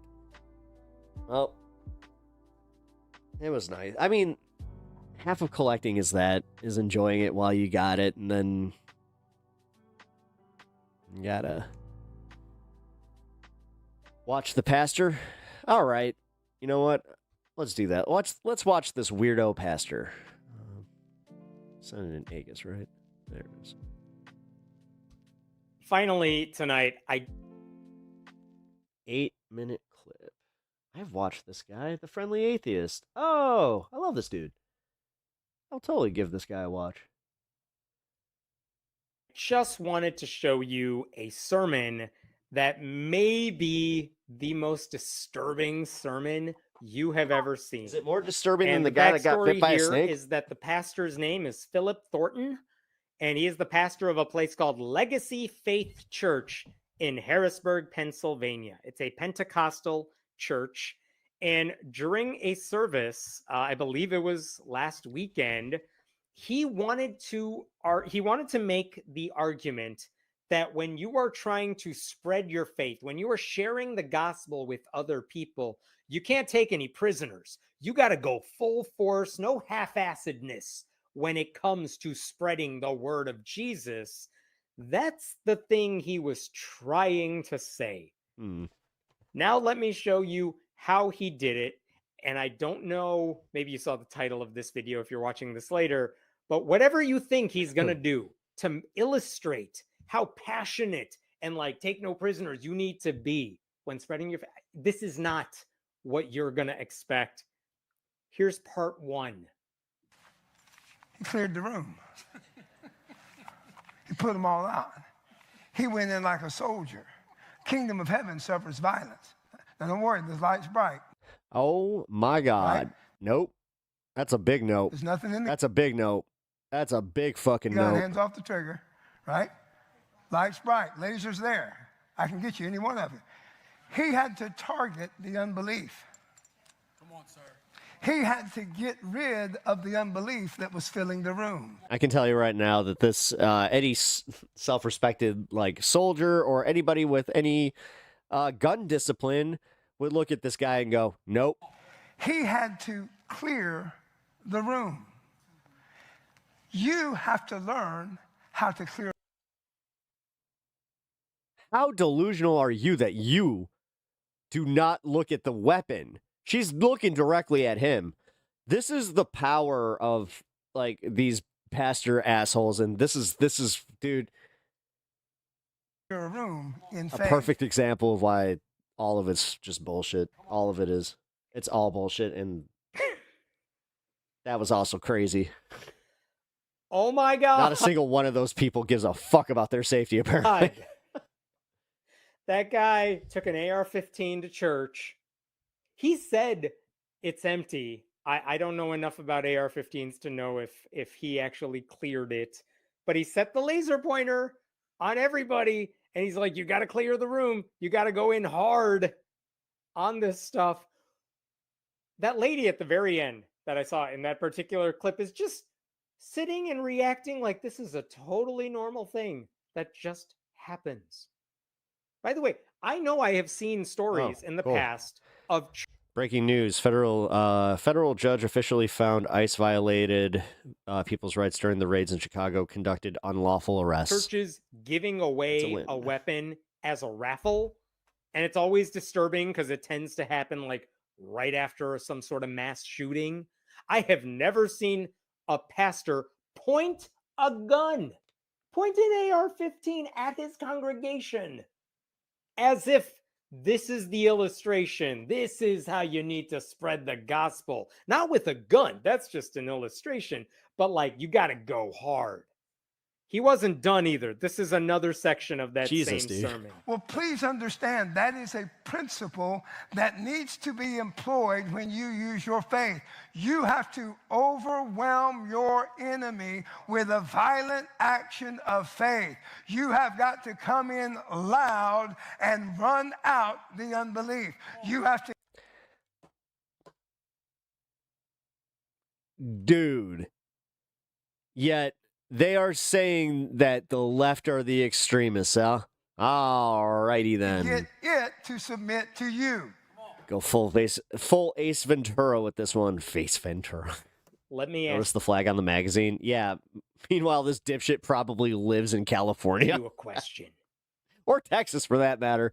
If there was a mosque anywhere in America where the imam did this, what do you think the reaction would be? Yep. And yet, with this particular sermon, I only saw it on one website, and it's a Christian website that was calling out, like, this is kind of weird, you guys. So hats off to Protestia, which is a very right-wing Christian website. Well, if even they're going, this is Christian privilege for you. The hell? If any non-Christian group tried to pull shit like this, it would be massive news everywhere. But because it's a Christian church, I swear no one seems to care. It's so disturbing, everything he is saying. I got one more clip for you. But there's another from the Oh my God! I feel like I'm watching a Billy Mays infomercial. But wait, there's more. Sermon. Let's watch this. When soldiers would go into a room, it wasn't, again, just one person knocking on the door and saying, hello, everybody, I came to meet everybody. No, they came in force, one fluid movement, right? Step to step, interlocked wherever they went, understanding which direction. This is some of the... this is also just fucking wildly... Do you notice any homoeroticism there? They understood how to pass instructions forwards and backwards just by hand movements. They didn't have to talk about it, but when they entered a room, they continued to move in that direction. Please understand, this is where the body of Christ could learn some lessons, because one fluid movement is what God is after. What the actual fuck is going on with these churches where they have assholes like this and that's their message? And people are like, yeah, I was lost and I found myself through this. He is urging... What the fuck? Christians are militarizing homegrown terrorists? Not, first of all, he's urging them like we all have to go in together. I have eyes, I have ears, but apparently I'm supposed to ignore that. We have to, like, take no prisoners. You gotta kick I swear to God, this is like, if I had kept on, I would have been at that church just being like, I would have been tapping that other guy like right behind him, just like, I got you, bro. Doors down. I got and you. I'm tapping your back for Christ. Clear the room. That's how you got to behave. You don't take no for an answer. And not only did he say all these things, he had a little minion with his own gun to like cosplay this thing. There was with ever a red him. flag. Yeah. I thought Altar Boys had it Also, rough. that guy definitely has some questionable stuff going on. What sort of job does I bet the second he leaves there, he's got. I bet you he's got parishioners in his phone that he is calling for reasons outside the church. that dude have? Yeah, and man. as some of you are pointing These guys are always the most like they're the biggest scumbags. out in the comments, Always. he has this I haven't seen a single one that really lives by the cloth. finger on the trigger, I believe. I mean, this guy's literally out there just like, you gotta give a little bit to the church so I can go buy another gun tax free. And also, I thought rule number 1 of I want to see that pastor's Google search history. gun safety is you never point it at anybody, even if Yeah. The barrel never points anywhere but the ground or the air. you say it's And even the air's a little questionable. empty, even if you think it's empty, you don't point it at Yeah. anybody, even in jest, even to make a point. Like that's just why are we doing this? How is this okay and acceptable? Why isn't everyone at that church? And again, this is Legacy Faith Church in Harrisburg, Pennsylvania. How is this okay? Why did everyone not walk out of that room? Why is everyone not leaving their church? How do you feel safe in this place if you bring your family to this church?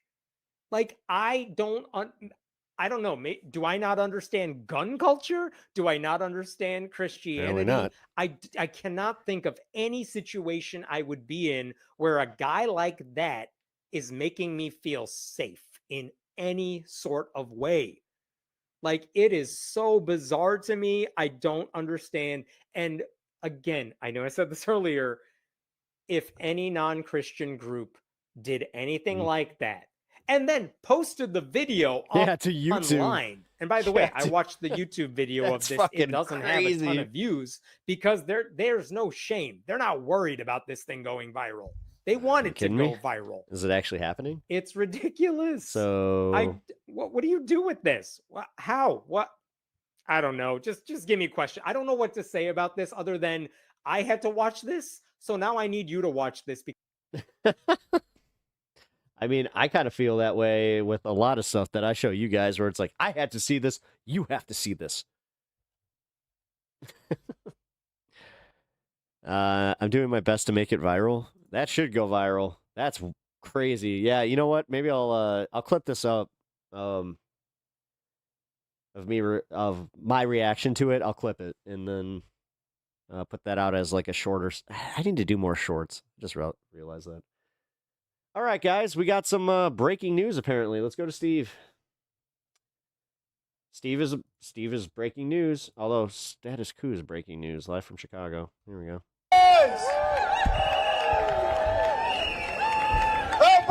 All right, everyone, we are live in Chicago. This is downtown Chicago. Different scenery than Broadview. Smash that like button, share this live stream, get the word out. We are live in Chicago. All right. This is not the breaking news that I wanted to show you guys. One second. Here we go. Gaza deal to be announced. It's Steve. Oh man, does he have any audio? Wait. So is this going to be a deal, or will this be like a deal framework or phase one of a deal? Again, what can I tell you? I'm just waiting to see. Unconfirmed reports say a Gaza deal could be announced tonight by President Trump, possibly including a ceasefire and return of hostages. Will there be a Gaza peace deal announced tonight? The latest on the possible Middle East deal. That's literally just the White House had released a statement saying that President Trump might go to the Middle East this week. What, is there a deal? So, fuck, Steve. Think of that God damn it, Steve. Steve. I'll read you that statement. Oh, will you? Oh, boy. Let's go back to this. Trump, escucha, estamos en la lucha. Trump, escucha, estamos en la lucha. Trump, escucha, estamos en la lucha. Trump, escucha, estamos en la lucha. ICE, escucha, estamos en la lucha. ICE, escucha, estamos en la lucha. ICE, escucha, estamos. It's the same people organizing the protests, so this really does. I don't know, man. Let's see, how big is Money it? for jobs and education. Money for jobs and education. Not for wars and deportation. Not for wars and deportation. Money This isn't for in Broadview. money for jobs and education. The fuck? Who said this was in Broadview? He's not. Oh, are they protesting what's happening in Broadview? Did I miss that? Because I was about to say this is the lakefront. Education. Not for war and occupation. Not for That's actually a pretty banger sign right there. jobs and education. Money for jobs and education. Not for war and deportation. Not for war and deportation. Money for jobs and education. Money for jobs and education. Not for war and deportation. Not for war and deportation. Money for jobs and education. All right. I have a thing where I don't like repeating myself. And it just seems like at that point, who's it for? What are you doing? Like nobody's listening at that point. These lame ass chants, man. We're right back to that. Stand up, fight back. When Palestine is under attack, what do we do? Stand up, fight back. What do we do? Stand up, fight back. When trans lives are under attack, what do we do? Stand up, fight back. Well, are you paying attention to the news? Because it seems I don't want to be that guy, but it's just like, did Trump just actually get peace? What do we do? Stand up, fight back. Workers' rights are under attack. What do we do? Stand up, fight back. What do we do? Stand up, fight back. What do we do? Stand up, fight back. What do we do? Stand up, fight back. There we go. Make some noise if you're fighting for justice. That one camera angle when we started this was awful. It literally looked like there were 20 people there. Now, this is. Oh, I know exactly where they're at. Yeah, there's Roosevelt.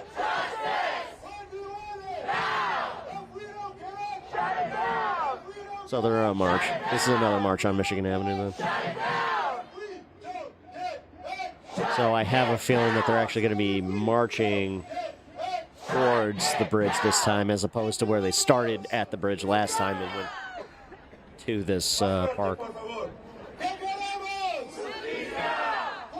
Although, wait, they dispersed at Water Tower Place. I wonder if this has anything to do, like, is this where they got, like, a permit for the protest and then they got the march? Or, like, how do you schedule a march? I'm genuinely curious about that. Does anybody know?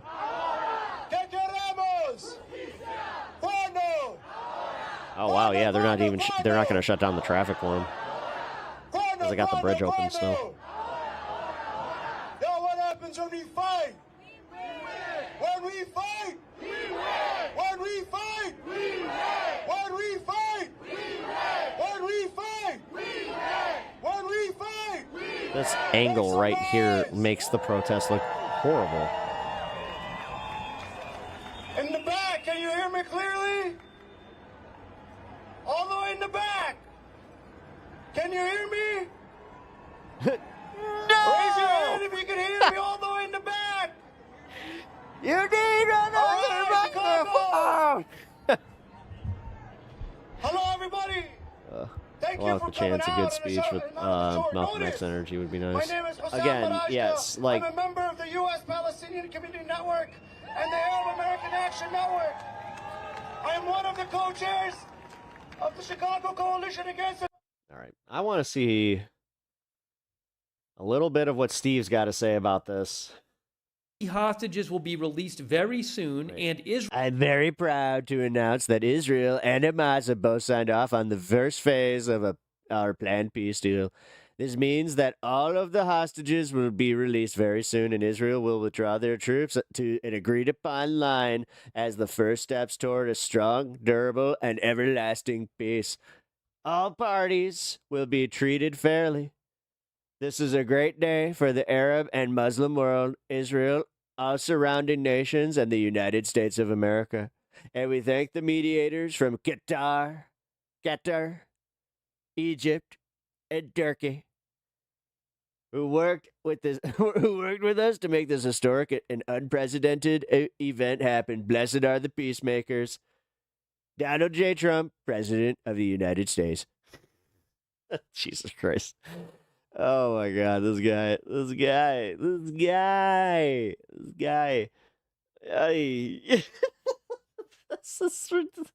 All right.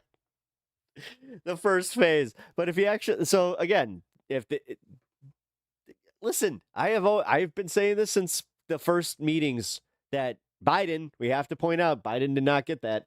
Biden didn't do shit to institute any, de-escalation or peace. So I'm just saying I would like to see the project timeline for this peace deal. Oh, absolutely.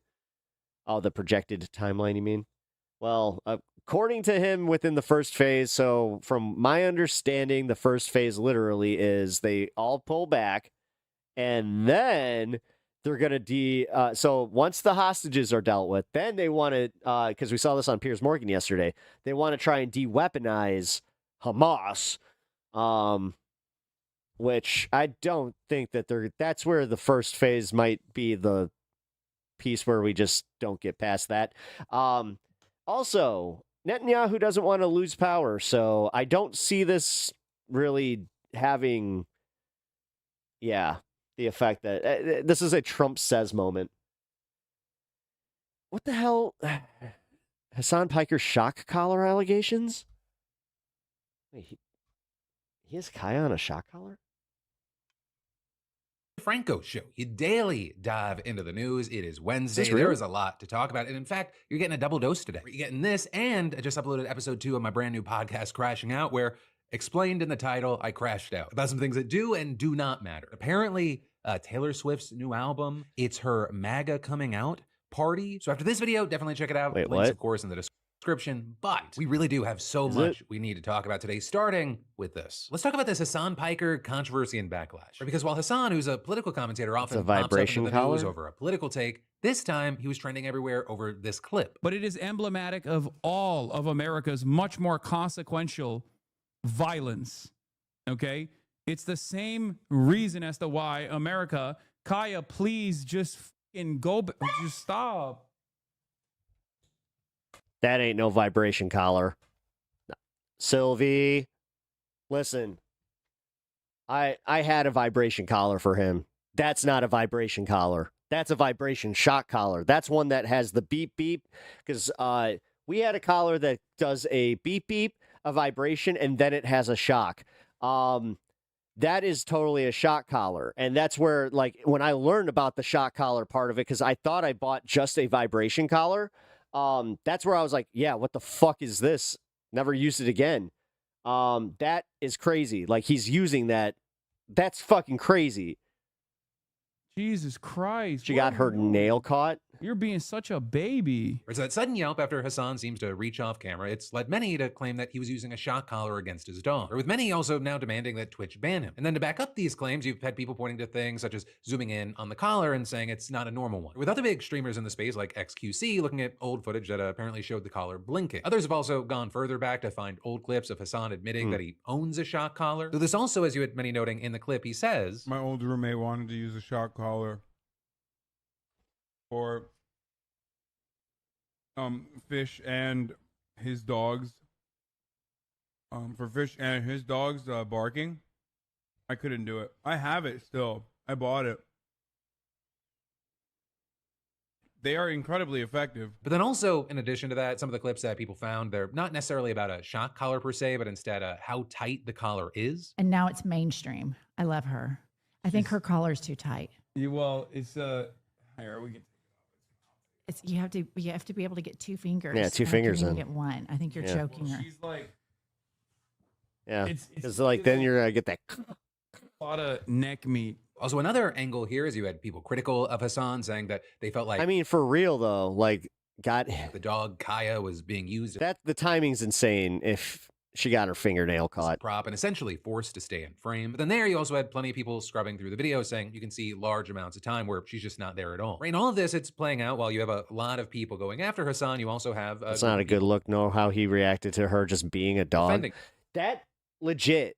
That yeah, like guys, Right, and for this what the group, fuck? general consensus is Just that, getting that up? maybe Kaya caught her dew claw on the bed, and that's what caused her to yelp. Or with people showing the clip in slow motion. And you also saw people having takes like she clips her paw, it's very obvious, saying you are willfully dumber than a dog if you choose to believe this and care more about imagining the suffering of a single animal than millions of I didn't see that. Palestinians. But that I did not. No, I didn't. Where did she clip her? Where did the claw get caught? then had its own pushback and backlash with creators That looked like it was the jolt from the thing and her reacting to it. like Asmund Gold, for example, saying, you guys No, that happens. That actually just happened to Stan. He just had his dew claw literally like come off, but it was like it broke right before it hit the quick. really need So to we stop got lucky invoking there. Palestine every time someone you like gets criticized. You should It see the doesn't longer help video you, and it certainly version. doesn't help Palestinians. It has nothing to do with this topic, and you're effectively using their suffering as a shield for bad behavior. Right, and then as far Did you see how fast she pulled her paw away from the bed? Hassan's response here, I actually reached out for a comment and reaction. Right, and so with that, he called this one of the most insane brigades he's ever seen. Then adding, I rewatched the video and I totally get why people are angry. I should have instantly gone over to check on her. I was in full panic mode over the internet going out and the stream crashing, and I take total accountability for that. With Hassan then also talking about the allegations around the collar, as well as the allegations that he shocked the dog. Regarding the collar, he said, I have a bunch of different collars for her, including a vibrating collar for communicating with her over a long distance when she's at the park, etc. Saying she was professionally trained to be off leash. That collar can't actually shock her. Adding, I didn't press anything, I didn't have any remote or anything with me. And then regarding his dog yelping, he said, That's weird though, because with the vibration collar, I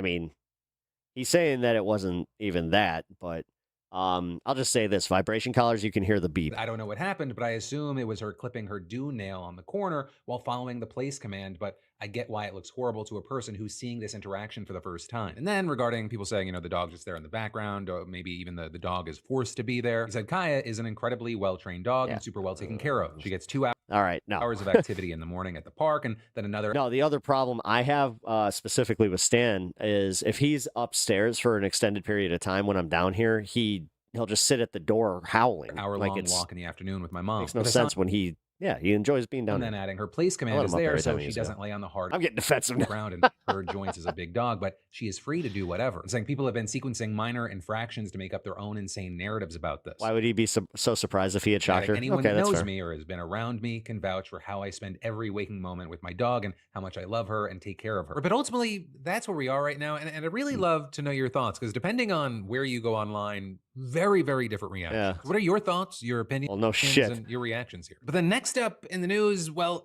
Donald Trump now wants to lock up Democratic leaders in Chicago. Or with Trump writing this morning that Chicago Mayor Brandon Johnson should be I was in about to jail move for on. failing to What? protect ICE officers.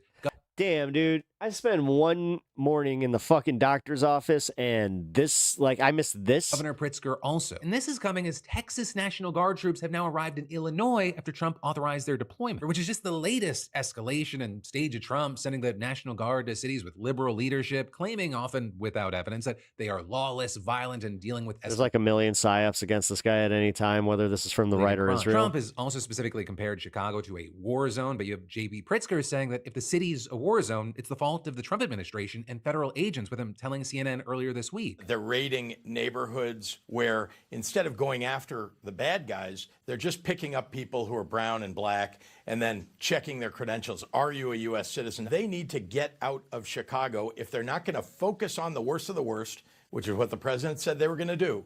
They need to get the heck out. You then also had Pritzker denouncing Trump. Can't think about it like that. You were doing your main job while this was happening. To Yeah, I send know. in troops vowing to fight their deployment and accusing Trump of carrying out an authoritarian march in Chicago and other blue cities. And with all that, both the state of Illinois and the city of Chicago have now sued to block the troops, arguing that I just realized that is having an impact because I haven't really been able to do show prep for the last few shows. this tactic is unconstitutional. But also, Had fun, those aren't the only actions uh, that we've seen taken against the Trump yesterday. administration this Had fun. week. Where we talked just yesterday about Mayor Johnson signing an ICE-free zone executive order in Chicago yesterday, which prevents the agency from using city-owned property in their operations. With Johnson saying that Chicago stands firm in protecting the constitutional rights of our residents and immigrant communities and upholding our democracy. Then, of course, it led to Trump's comments this morning saying that he should be jailed alongside Pritzker for not protecting ICE officers in his city. With then Johnson responding, "This is not the first time Trump has tried to have a black man unjustly arrested. I'm not going anywhere." And you had Pritzker also continuing his stand against Trump, writing that, "I will not back down. Trump is now calling for the arrest of elected representatives checking his power. What else is left on the path to full-blown authoritarianism?" And you have many noting that the threat to jail these two, it comes as Trump has repeatedly threatened legal action against politicians and others who oppose him. But for now, we have to keep our eyes on Chicago for multiple reasons. We're both with what's happening on the ground, what does it look like, is there an escalation, as well as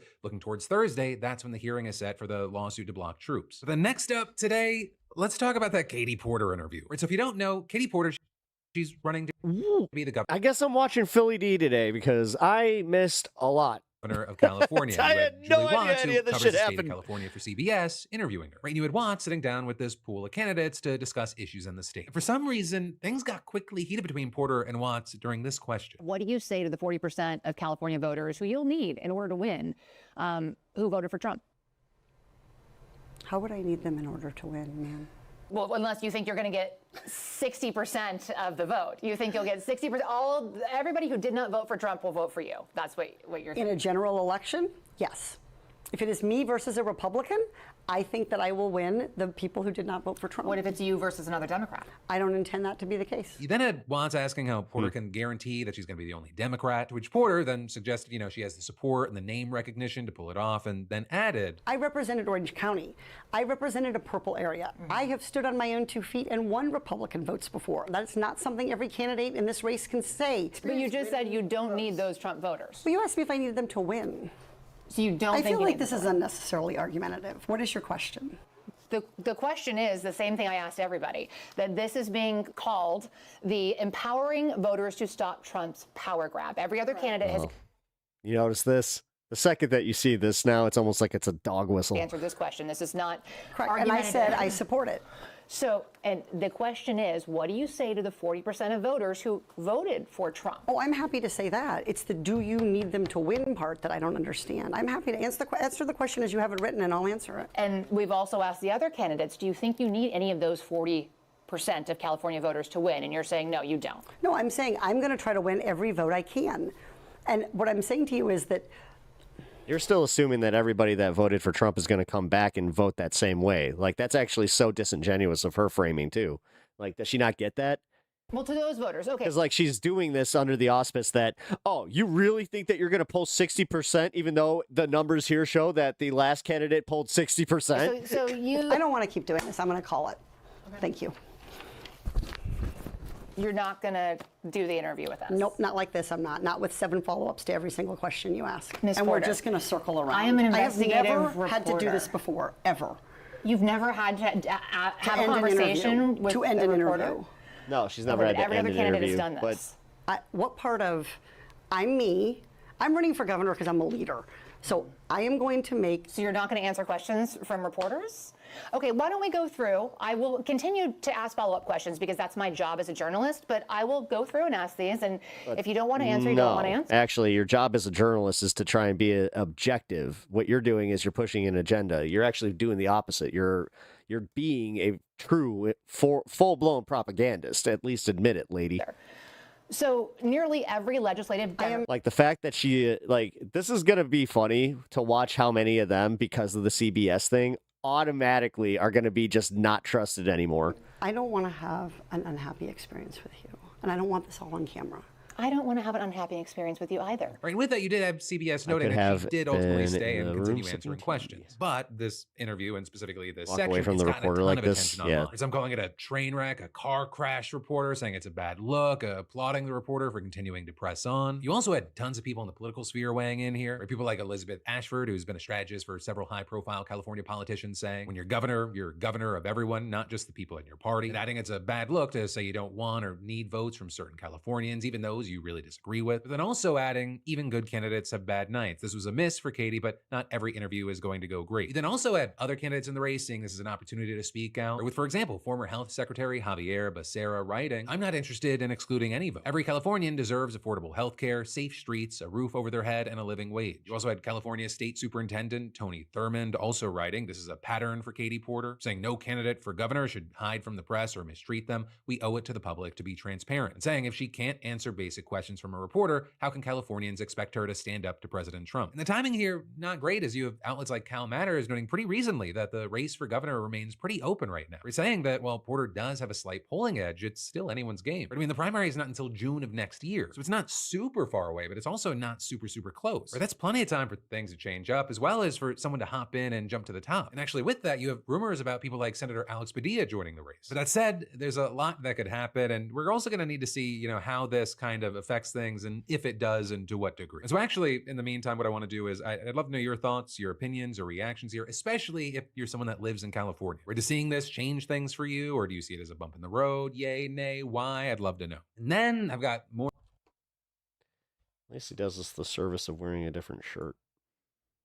Take the first step today. But then next up today, we've got to talk about how several FBI agents have now been fired for their involvement in a scandal arguably worse than Watergate. That is, at least according to Republican Senator Chuck Grassley, who, along with other Republicans, released an internal FBI document suggesting that the agency analyzed the phone records of more than half a dozen Republican lawmakers back in 2023. Right, and that is part of an investigation into Donald Trump's efforts to overturn the results of the 2020 election. And most of the lawmakers there were among those who had planned to vote against certifying the election on January 6, 2021, including Josh Hawley, Lindsey Graham, and Ron Johnson. Right after the attack on the Capitol, some of them did end up voting to still accept the results, though others still voted against certification. But then also with that, important note is that Why can't people see how weird the reporter was? The reporter was weird, but at the same time, she has to be better prepared for disingenuous interviews like that. Like, honestly, she could have just been like, we're moving on. And I understand she was annoyed by the follow-up questions and the way that it was going, but she also could have handled that a little bit better than just I'm done. I'm not doing this. She really could have call her on the carpet. Just be like, are you actually being this genuine with all the candidates? Were you going to ask the Trump candidate if they can win the 60%? There were much better ways to handle that, I got to say. The records analyzed were from a few days during the week of January 6th. And I don't necessarily disagree with people that are calling her out on that, because again, half of politics is optics. If you can't win the optics race, then you know what? You could have the best platform ever, but again, it's optics. That's what gets people to vote. This is the game. Only enabled investigators to see basic information about the date and the time of the calls, not the content of the communications. Though the specifics there, it didn't stop Josh Hawley from falsely claiming yesterday that the FBI document showed that agents had actually engaged in wiretapping. Right, and that is, these records were obtained through a subpoena authorized by a grand jury, according to the senators who released the document. Now, with all this, there's been no solid evidence that the Biden White House actually influenced the investigation. Right, in the name of get in on it, I think it's a no-brainer. But that brings us to the final thing today, and that is just a snippet of me crashing out. Because, well, in episode 2, we dove into just so much, which is part of me that felt like I needed to vent a little about this Taylor Swift MAGA controversy. And this is just a small piece of a larger conversation. I'm crashing out because apparently, about things that matter and things that don't matter, one of the things I would say that does not matter is that apparently Taylor Swift's new album, The Life of a Showgirl, it's her MAGA coming out party that this is her MAGA anthem that she's just released. There's a growing voice online that is saying this, and it is mind-bogglingly stupid. And I know I'm gonna get shit for that because I'm talking about an area of the internet right now that is run by cults, and then just some people in the middle that kind of just listen to music. There's people that love everything Taylor Swift. She can't do anything wrong, and then fuck Taylor Swift. Everything she does is trash or has some. Man, this guy's like me if I was more ginger. Hey, I want to say I understand. What up, Tinkerbell? How you doing? You're a songy, thoughtful poet. Sing-soddy. A Zodiac Sorry, killer. that's a little funny. Riddle maker, clue lever. That you're fostering an environment where everyone's going to dissect every single thing to the craziest degree, and they are going to find things that are breadcrumbs that you left, and then they're also going to find things that just aren't there, and they're gonna push along with whatever they want to think or whatever kind of works We see this in all these different conspiracy enclaves online, and I'm like the one of the biggest artists in the world who, and like this is. There's a lot of stuff. There's a number of things that I don't agree with that Taylor Swift does that rubs me the wrong way. But you're going to think one of the biggest stars in the world who multiple times in different election cycles has gone out of her way and risked alienating a big portion of her audience. And That's literally because MAGA is desperate for being cool and having something cool. And, they hate K-pop demon hunters. They hate everything that their kids like right now. So they spent a lot of time hating Taylor Swift, but now that she's engaged to that nice football fella, you know what? I found out she's a Christian. She's probably MAGA and just was influenced by all of her Hollywood friends. That's where this, trust me, that's where this goes. It's a bunch of fucking, what do you call it? Fantasy shit that like 60-year-old women are sitting there talking about. Like, and trust me, man. Money and is marrying Captain. I got to hear about these two old women loving some Charlie Kirk in the waiting room of a fucking cancer center today. Pfizer. Like there was their little cancer podcast. Face of the fucking COVID. shot. Yeah, the COVID. Like if you could actually, it was like hearing IHIP, but less coherent, less interesting in general, but also just them. Being like, oh, well, you can't be that controversial about people like Charlie Kirk himself. Yeah, that she's it's. You can have your opinions on it, like on the album. I get it. Like I listened to it and I was like, okay, I kind of like 3 or 4 songs, and then like the ones I don't like, I skip. I know that's a crazy thing, and I'm also open to the idea that when you have an artist that has so many different she had a tour that I don't know. You want my personal take on the new Taylor Swift album? Because my wife is a bit of a Swiftie herself. It was better than the last one. That Torture Poets Society album sucked. Highlight. It was. I did not get into a single song. And I was like, all right, I hope that she doesn't like play this one a lot. And thank God she hasn't. That so many of her releases are different things, like different moments of her life where or she's busybodies online trying to get attention for themselves. You mean every single boomer on Facebook? Even that concept, it's not going to hit every single person the right way the first time. I know so many people that are talking about like they don't like this album, but then they'll also concede that they didn't like a certain album, and then they went through a different period of their life, and all of a sudden they went back and they loved it. Great, that's cool. But like this has become too big of the news cycle, even though it's probably going to be the thumbnail, of when it's like the 187th most important thing that's happening right now. Well, can I tell you, Phil, first thing, I am shocked. I am shocked that you like 3 or 4. I only liked like 1 song, I think, when I listened to the whole album. I listened to it last night. You put a beer on camera. You're not supposed Philly. On loop. You're like, yes. I was like, give me more New Heights of Manhood, okay? Never mind. That's not a beer. That was a Topo Choco, right? Topo Chico? I don't know. Okay, so the shot collar controversy, don't really think it's a controversy. I'm actually going to give Hassan the benefit of the doubt. It seems like she might have gotten her foot caught and the timing was literally, but why the fuck does he keep getting mad at Kaya for moving? Like he does that a lot. And this is not the first time that I've noticed that he gets mad at Kaya for being a dog. Like how many times have I had to go upstairs and let my dogs out? Whether it was my dog that was recently, passed on, or, Mr. Stan the man back there. Dude, dogs be dogs. Let's just let them dog. Let them dog. All right. What do we got? This is fun. I kind of like the what do we got way of doing the show. He said he was irritated because his internet kept going out. I understand what he said, but you're also giving him all of the benefit of the doubt without looking at it from an objective standpoint of, no, it's not his first time kind of crashing out at Kaya, like specifically. That's a big dog. It is an extra dog. Yeah, yes. She is a big-ass dog. But she's a sweetheart, and she doesn't look like she does anything out of sorts. Honestly, she looks like she's one of the sweetest damn dogs on the planet.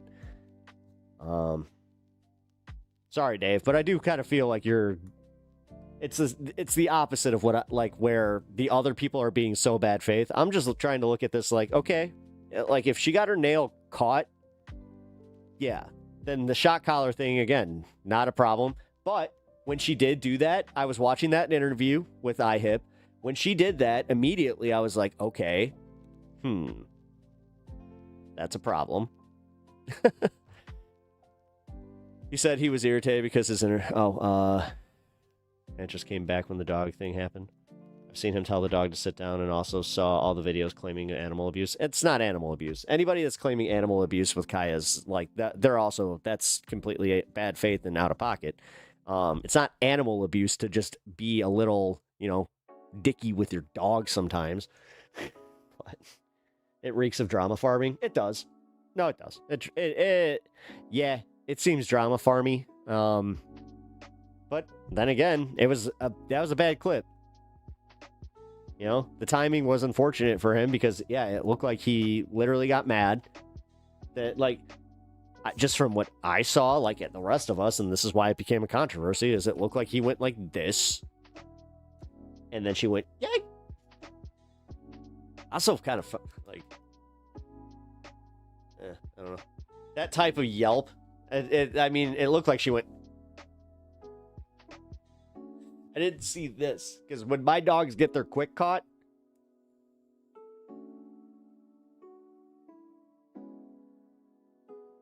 that's what you'll see. You literally, like Stanley, although, Stanley I gotta be a little careful with here because he's a badass. There have been times where he'll come inside and I'll just notice that his claw is, broke. I'm like, what the hell did you do? There was the one time he got the quick, though. Oh, that sucked. He likes to do this thing where he gets to the door and he'll kind of he slams his body against it. He'll stand up on his hind legs and just be like but when he did that, the claw, it did leave a streak. It was like the worst thing Hassan has done, we are doing pretty good. Yeah, exactly. Wait till your haters start making 10-second pep clips where you look like a maniac. Oh, trust me. I know. The one benefit that I have is that I do really long streams. So, if you're going to take that much mental bandwidth to watch my entire stream to find a bad moment, have fun. Trust me, they could take a lot of shit I say out of context and probably make it sound horrible, but that's the day and age we live in. I know, but to give you guys a little bit of the planes, trains, and automobiles speech. I like me. My friends like me. You like me. And I know deep down in my heart that I'm a good person. Also Xander Hall for some reason. Well, yeah, Xan is... I think Xan is partially jealousy, but also... I don't know. There's something... Yeah, there's something there. Whatever. Who gives a shit? Who gives a shit? If somebody doesn't like Hassan, leave him, honestly, let him. Not everybody has to be your bag, man. It's the same as... People can have the exact same politics as me, and they could just not like me as a person, which is fine. No love lost. I don't want to even spend my energy really hating on somebody that might not like me. There's a few people out there in just the content sphere that I'm not exactly jazzed on, but they don't seem like bad people. We have similar politics. I wouldn't go out of my way to do a collab with them. If I'm on a panel with them, I would be totally fine. But yeah, some people I just don't vibe with, which is fine. Some people we just don't vibe with. And this is outside politics, by the way. Sometimes we just got to be okay with that. I think Zan's trying to poach some of Hassan's audience. He doesn't necessarily need to, dude. He cracks 100. Honestly, the second you start cracking over 100 on your live streams, just be happy, man. I mean, I tried to poach some of Zan's audience because I looked at him as like, hey, he's a stoner leftist. Let's see if somebody wants to, come check this out, check out my stream. I think maybe I got 1 or 2 viewers from that because, yeah, I also found out that it's like, oh, yeah, I'm a little bit older than Zan. So, it's life, baby. You just, if you don't vibe, you just mind your business and keep pushing. Yeah, exactly. That's one thing I've always had, man. I don't try to like force my, my personality on people. Like, I get it. Trust me, I get it. I said that to people too, where I'm just like, all right. There's one specific situation that I still respect this person a lot because we had known each other through a mutual circle for a long time. And at one point, I was in that mood where I was just like, all right, you know what I'm going to do? I'm going to try and be this person's friend. And I tried to do the thing where I was like, dude, we have known each other for damn near 20 years. How come we've never hung out or done anything like that? And without missing a beat, they were just like, oh, it's because I really don't like you.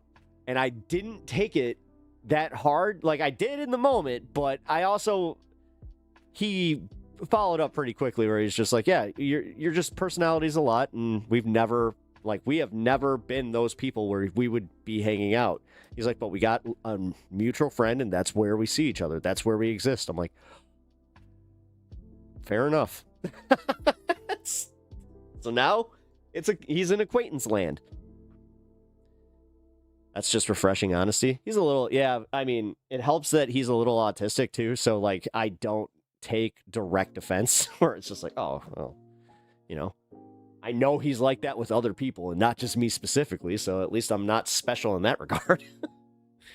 But no, it was refreshingly honest where it's like, okay, I don't have to do this. And honestly, I used to be that person where I would like get a little bit hurt or just be like, oh man, come on, like a little bit people pleasery.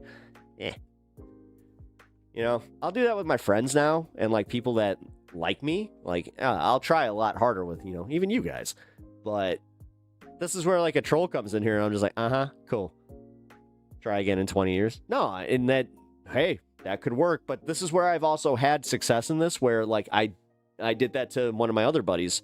Actually, funny enough, you guys see him here in chat sometimes. I did that with my friend Kaz, where I've known Kaz for, God, going on 20-something years, but we were at that point where we always just hung out in group settings and parties and stuff like that. And then finally I was like, hey man, we should just like hang out. And then, yeah, we became very close friends. And then it was also kind of cool where it's like, oh yeah, I've known this guy for that long, but it's also a weird situation where even knowing him that long, I just kind of got to know him. So trolls are what I'm here for. Yeah, no, I appreciate that 5-alarm. Just don't let them bury themselves a little bit. Sometimes I need the protection, but I'd hang out with you any day. Thanks, man. I think I'm a pretty good hang. I'm pretty fun. I am. Like, that's where I do have not an ego. I know, like, who doesn't okay. I know some people might not smoke, but if you guys like to smoke, have a good conversation, and just vibe, maybe watch, some music videos and some comedy videos, play some video games. Yeah, we have some fun. You and AG are the same when it comes to trolls. Yeah. No, yeah. AG he's been kind of a wise man to me on that one, where he through a conversation with him. You know what? I can just say who it was on that one because yeah, he gave me some good advice where he was just like, yeah, you know what? Have some fun. He's like, because he just said that we get like rewarded for interaction anyway like that, and then you can make some content out of it, but a lot of these guys, they come here because they get banned immediately from other communities, and it disarms them pretty fucking quickly when you just go, oh, hey, what's up, man? Yeah, no, I'm not going to ban you. And they're like, wait, really? I've had a lot of them then go even further and just be like, well, I'm here to get banned and blah, blah, blah, blah, blah. You and AG could be Pep's older brother, IRL. Hey, I don't know when my dad got out to California, so who knows? We have a situation like Bill Burr and Billy Corgan where it's just like, wait the fuck. That'd be crazy. But then I would just be like, brother, because I am that guy too. Or if I found that out, it's just, hey. Actually, IRL, dude. I had a situation happen like that where I was hanging out with my buddy for years. Like I've known him since we were like 11 years old. And one day, randomly, he's checking in to my family's family reunion, and I was like, what? And I hate to say, like, I thought that maybe he started dating my sister and she, like, kept that hitting. I was like, wait a minute. What are you doing? No, it turned out that his grandpa and my grandpa were first cousins. And we just never knew. That was crazy. That's also when, because of that, our family was just like, yeah, you know what? Maybe we should explain the family tree. That's how I learned out I was technically Dutch German, mostly, as far as like my pepper side. And we did have that thing where at one point, they were just like, nah, we have a complicated name. We are now going, and I've made this joke, but I swear to God, it's how it happened, where they got to the port and were just like, and just pointed to a pepper, and they were just like, pepper? And they were like, that's how it happened. If that's not how it happened, how? How pepper? I've wondered that my entire life, where I'm just like, an object, a food. I mean, I'm like a category in categories. Great story. It was weird though, because now my favorite part is he doesn't like, he calls me cuz. Immediately he's like, cousin. Which we already have like a Chicago thing. Like if you've ever seen The Bear, Cousin Richie, like that is very much how we function in this city. Like we all have a friend, or I was the friend, where I was part of another person's family. You know, like I got grounded by one of my best friend's moms, where she was just like, "You're here for," it was like a small duration of the summer. She's like, "Technically, you're living here. You are grounded." I was like, I had a moment there where I'm like, "You're not my mom, but I totally need a place to stay. I guess I'm grounded."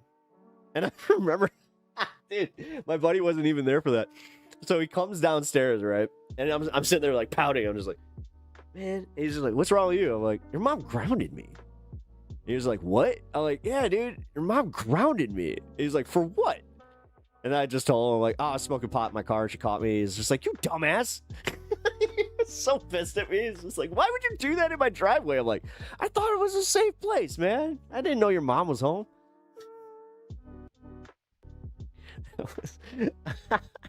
Dude, then I got double grounded technically because they caught me sneaking out. I went outside to go smoke a cigarette, and then I walked back inside, and there's his dad. And I'm just like, "Hi, hey." And he's just like, "You smell like smoke." I'm like, "Oh, yeah, sorry." And then I just went down in the basement. Then I come upstairs the next morning. She's just like, "You added time to your ground." I was like, "Get the." She did though. She totally did. And this time she was a little bit more vigilant because, yeah, I think that she must have had a little bit of joy in the fact that she got to ground a kid again. Because, man, the way that she was, she had a wooden spoon, right? And God bless her. She was the coolest. But she would sit there at the top of the stairs, just going. Whoa, okay, got it. Pat, this isn't the same thing. I was talking with Matt Dillahunty, and we went to the same high school at the same time. That's wow, no shit. Huh. That's kind of crazy. I have nothing like that. Nobody famous from my school. Except for this guy. You know, one of my favorite things, if this does have, like, I hope that this takes off just so I can do that one, where it's like, hey, because I'm going to have at least one person in my, my graduating class that would look back and just be like, huh. Kind of knew that. Like, you know what? I can shout her out. Vicky. Her name was Vicky.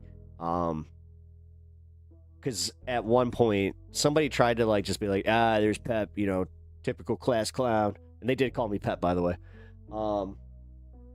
And then Vicky was just like, you know what, Pep? Of all of the people in this school, I could see you actually, like, making it. Like, you could definitely make it in entertainment. I was like, oh. See what happens when you compliment a young man? Really, it sticks. So be a little bit more open with your compliments, folks. Tell people what they're good at, and you know what might be a bright light in their future. It could have a lasting impact. And damn, 30 years later, 30. Oh, whoa, that's crazy. No, not 30, 20 years later. Damn, still 20 years since I was in fucking high school.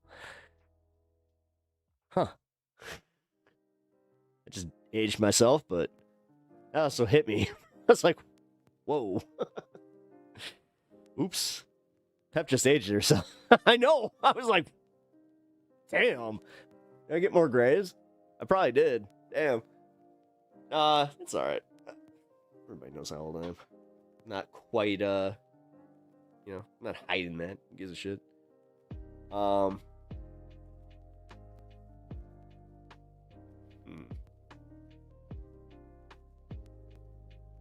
It's wild, though. Just realized that. But yeah, so 20 years ago, I got a compliment that really, it was a nice one, and it stuck with me. Here we go. They're marching. Finally. Chicago! When they come, we don't freeze. When they come, we don't freeze. When they come, we don't freeze. We organize, we take the street.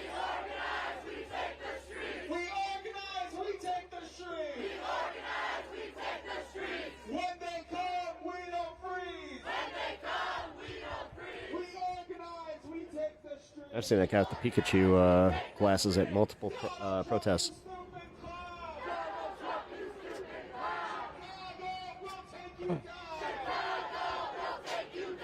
Donald Trump, you stupid clown. Donald Trump, you stupid clown. I should have tried to pull that one in. Damn it. Excuse me, guys.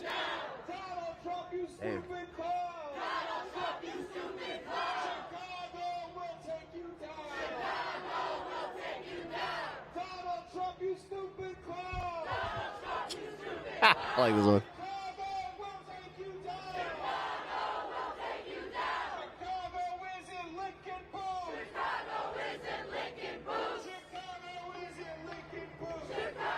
See, now that lady kind of looks like the anti of the ladies that were having their little podcast in the cancer center today. 'Cause, man, the way they were going on about talking like just about Charlie Kirk, leftists, and just that kind of shit is crazy. This is definitely gonna make it into a South Park. Wait, this? Like the protests? El pueblo unido jamás será vencido.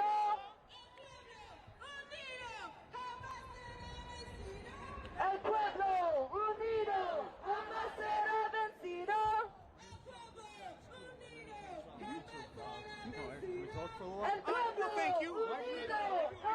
I mean, I hope that you're not embarrassed by the fact that you're gonna have a lot of broken Spanish here.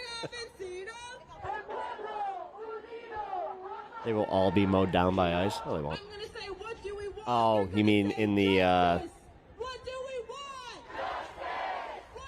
in the, what do you call it? South Park episode. Isn't there one tonight?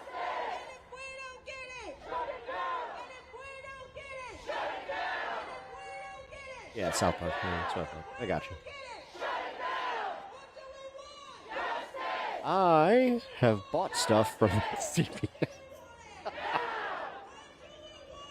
Lots of overpriced stuff.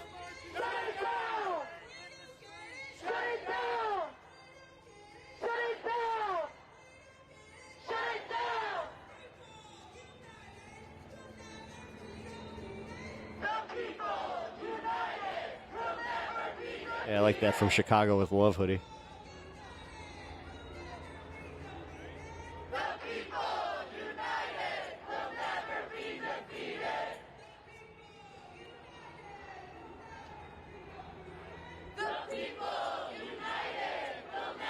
Man, these protests they're getting bigger and bigger. The marches are impressive too. The nice part is, I've seen it happen with some of these where you get, like, because of the timing, you're getting a lot of people that are just getting off work and they're sick of this shit too. So they're just walking with the protests and they're just like, yeah, you know what? Fuck it. We're going to march too. You can tell which ones. Like that guy that just walked by with his backpack, he just got out of work. Let's see, certain bike helmets. It's like, okay. Hey, Chicago, it wasn't, yeah, it wasn't your citizens that tear gassed your officers.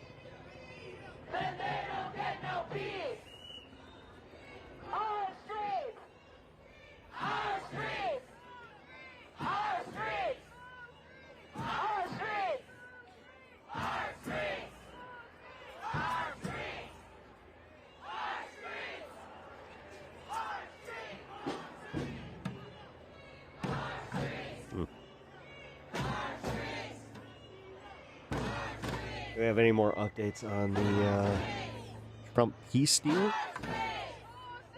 I shouldn't call it that. You know, it's technically what it is. Memphis Bell.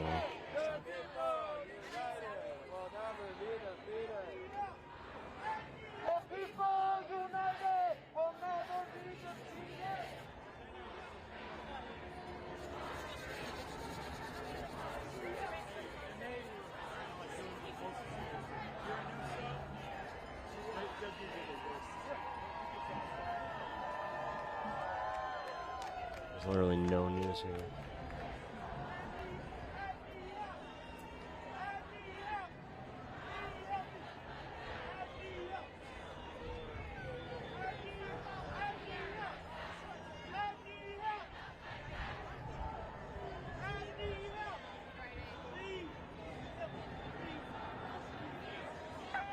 TPUSA just confirmed that the Candace Owens leaks are real.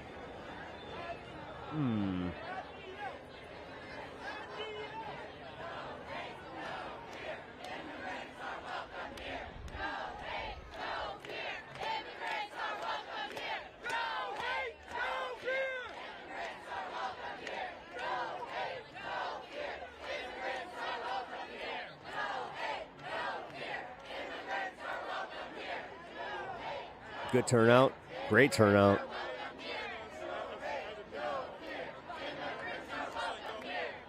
What we plan to do now? You know what? Screw it. We got a few minutes.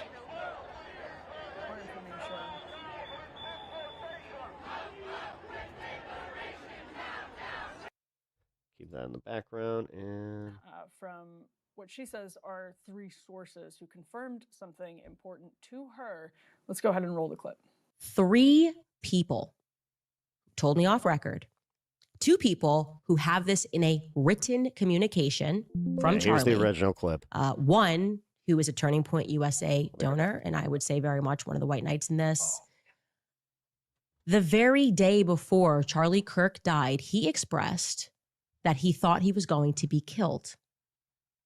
He told these people, I think they're going to kill me. Okay. He did not express that to me. So I am telling you this based off the testimony of 3 people. And I am saying this because I hope that these people who I think are good will be inspired to come forward with that. Again, those conversations I had were off record. I honor that. If I say it's off record, it stays off record. But I'm hoping that watching what I am doing and feeling the energy that is rising across the world for people who want to know what the heck happened on 9/10, that, you know, they will be brave and they will say, yeah, Charlie did the day before he died think that he was going to be killed, and maybe tell us, who is they? Well, for once and for all, who is they? Who is the they that he thought were going to kill him? Well, on the question of who that they is, and Ryan and I will break down a little bit what off the record should mean as well, but the they, InfoWars reporter Harrison Smith posted, I'm not going to name names, but I was told by someone close to Charlie Kirk that Charlie thinks Israel will kill him if he turns against them. That was over the summer. I think it was actually even before. That was supposed to be before he was killed. Yeah, it was before Charlie Kirk was killed, which I probably wouldn't normally bring that up because, again, even with Candace in this case, there's no clear sourcing. It's not as though, you know, even in like new independent media, we do more, I would say, vetting of claims than that. But when you start to see more and more people saying stuff like this. Dude, did her entire wardrobe come from like a Navy surplus store? Like, what is up with her? It starts to sound like she really just has, like, she robbed her dad's closet. It actually really was the scuttlebutt in the circles around Charlie Kirk. My dad was in the Navy. Yeah, no shit. Which helps explain kind of some of the reaction in real time. Now, I just want to be totally clear here. Let's say that it's true that Charlie Kirk did think that.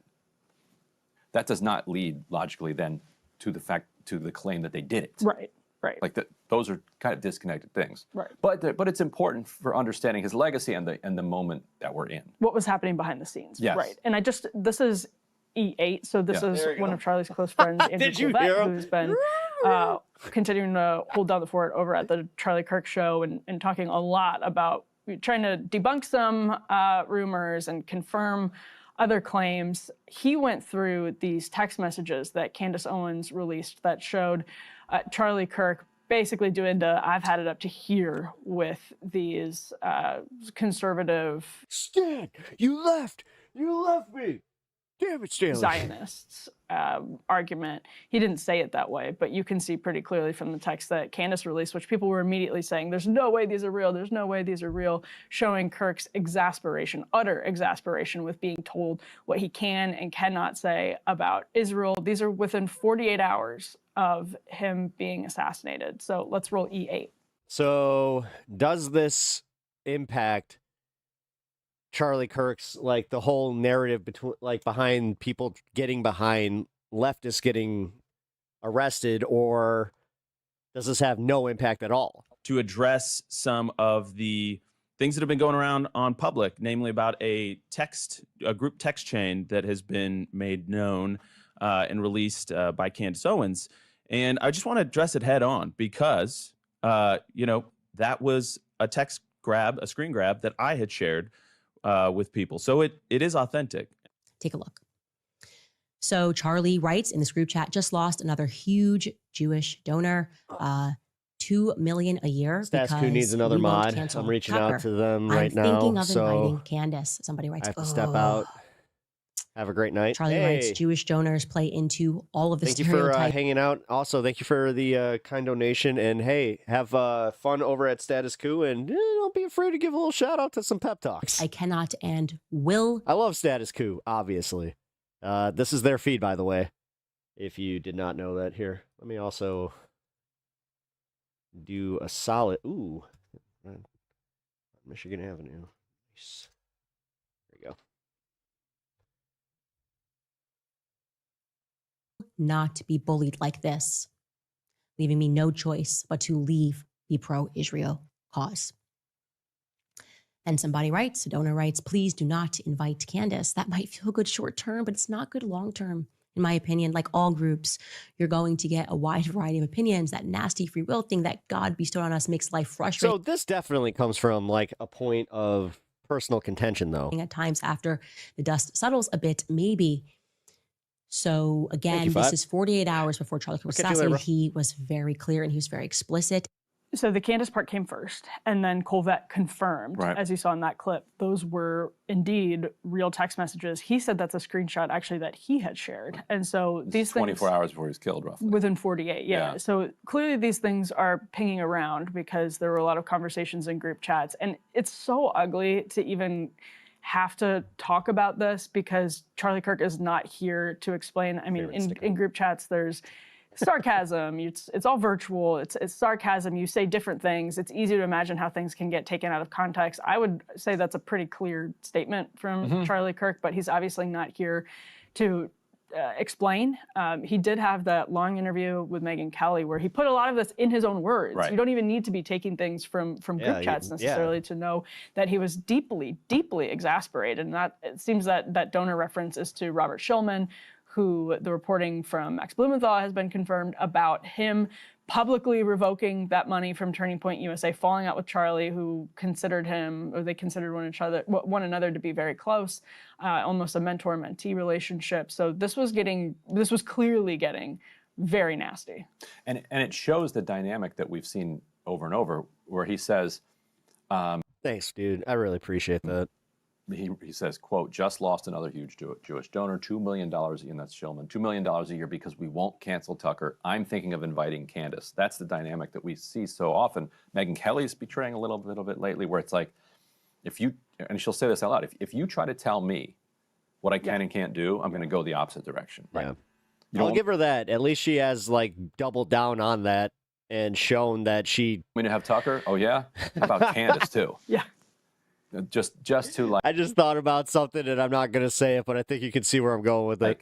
Draw boundaries. Candace Be just like, better no, be this careful is- because it's like her own side doesn't seem too keen on the way that she's talking. You know what I mean? This is my conference. This is my organization. I'm going to make the decisions. And also, I'm going to make the decisions, and this is what he was saying to Netanyahu and others, I'm going to make the decisions that I actually think are better for Israel.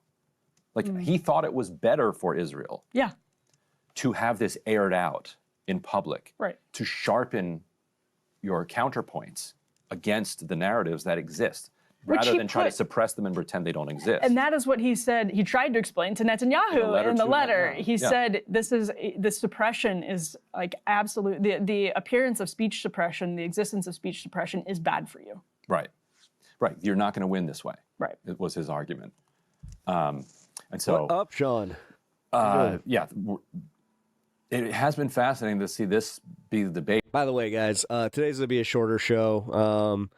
I'm pretty much going to try to raid AG around 7 when he pops up, and then I got to head out. Rather than what I thought right afterwards when they found out that the alleged shooter's partner is a trans person, like, oh, well, we're going to get a month or 6 weeks, months of like, trans hate.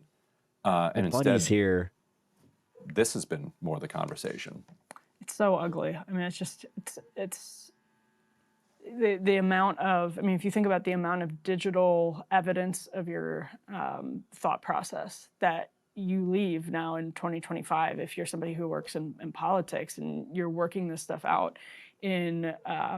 He was clearly trying to keep everybody happy. I think that's the big takeaway, is that he was trying to. Do they have two separate sets for them and Sagar? For Crystal and Sagar? Because I noticed that like they got the same backdrop, but the drop site's news thing always there? Supporters of Israel, he was still on their side and give them tough love. But then show he ain't was over. also expressing privately how incredibly exasperated he was by all I'll say when all the of show this. is over. He did it publicly too, again, on the Megyn Kelly interview. So Right, and you can imagine a guy who made his entire career starting from when he's like 18 about debate. Yeah. And all of these people, he has a $150 million organization that people are funding based on his career as somebody who wants to air different sides. Right. It'd be one thing if he ran AIPAC and he invited Tucker Carlson to the conference.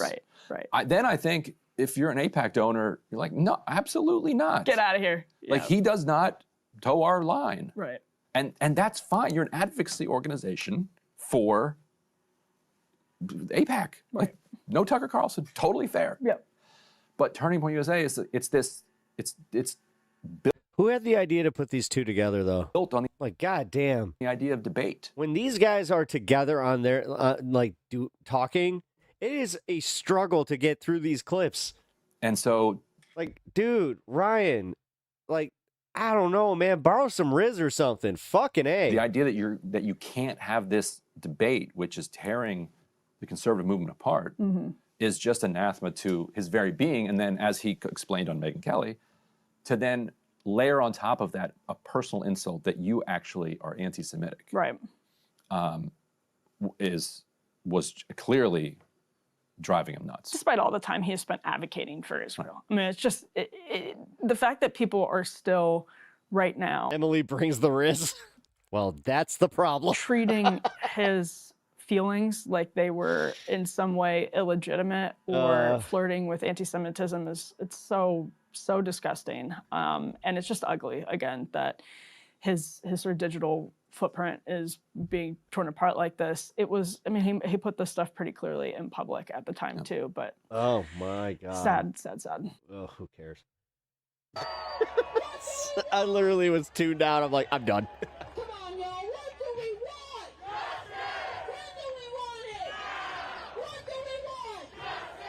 She looks like she eats saltines and peanut butter.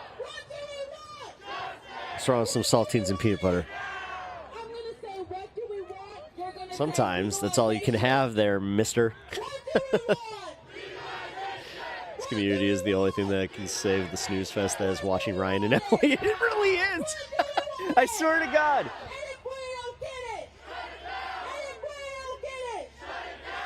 Save me from. Oh.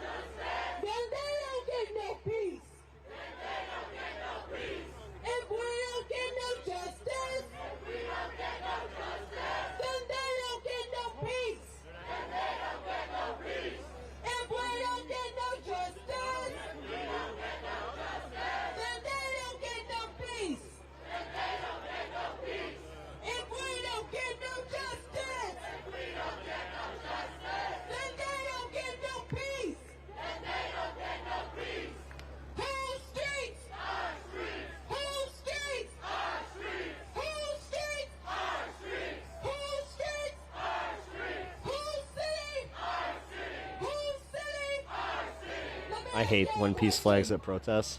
It's a little posery.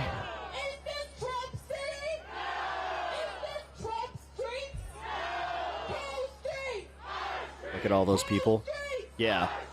Like I said, these are not getting less popular. And again, it is the middle of a Wednesday night.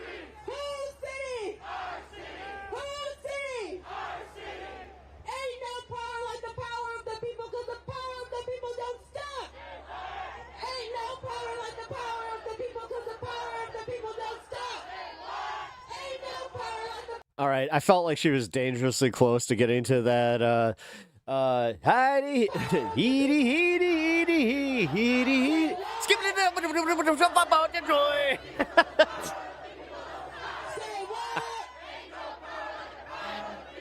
Needs another mod immediately. Thanks, you guys, for being cool. Oh, hey, no worries. Are they getting slammed? Imagine what this will look like in 10 days. Yep. This looks good, organized and together. We're pretty good at protesting in Chicago. It's because I have said this, we have protests all the time. The protests for Palestine were pretty much like every weekend.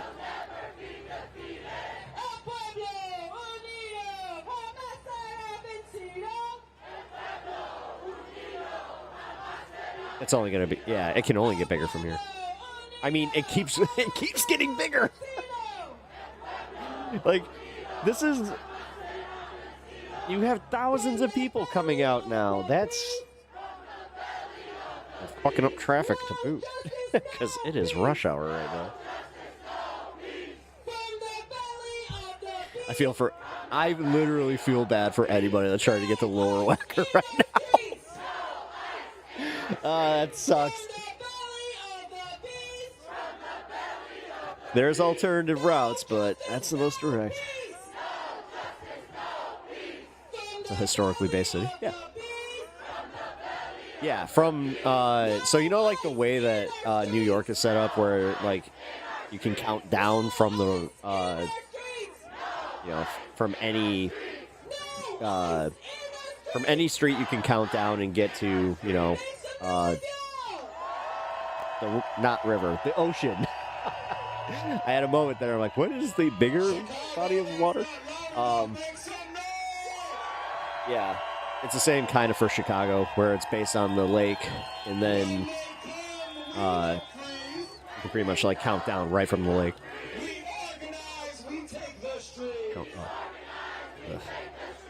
One may come, we don't freeze. We organize, we take The military rank and file will never go along with Trump's dictator dreams. Dictator. Richard Potato. Chicago.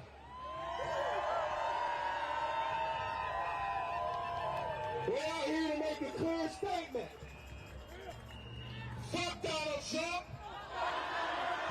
Fuck Donald Trump. Fuck ICE. And fuck his guards. Donald Trump, you stupid. All right, I'm actually genuinely curious where this is going to end up, though. Chicago's gonna take you down. Because this looks like Immigrants will take you down. it looks like they're trying to go to Water Tower Place again. Just from the other side. Donald Trump, you stupid clown.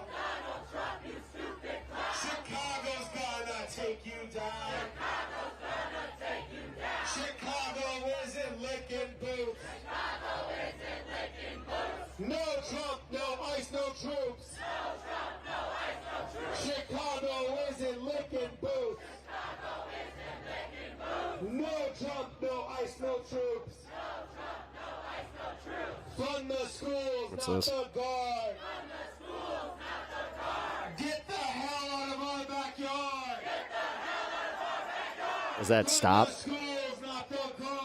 Like her hand signals. Is that stop? Is this stop? And then, like, this is like to be prepared to move? Or is she just doing weird hand signals? You ready for some Spanish?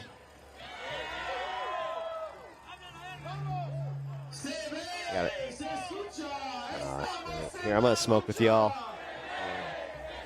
I might have to get that. I want to see where the protest is going.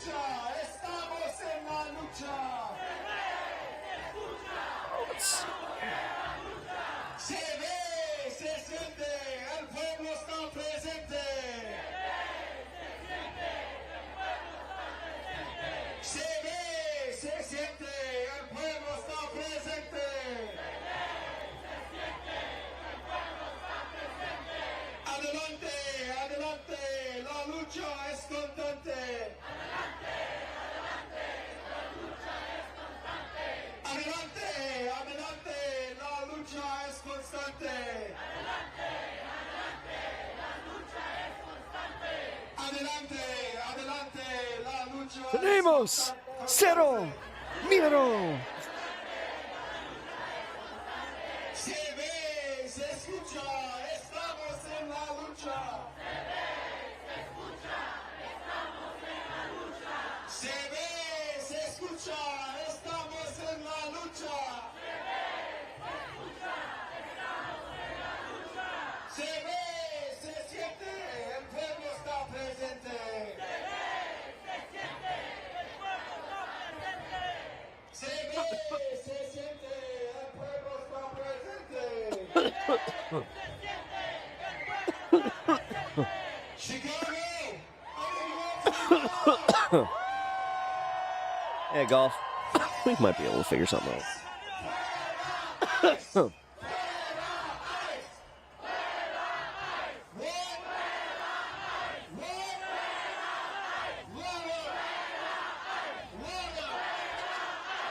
let me get one more feed. I want to cross-reference.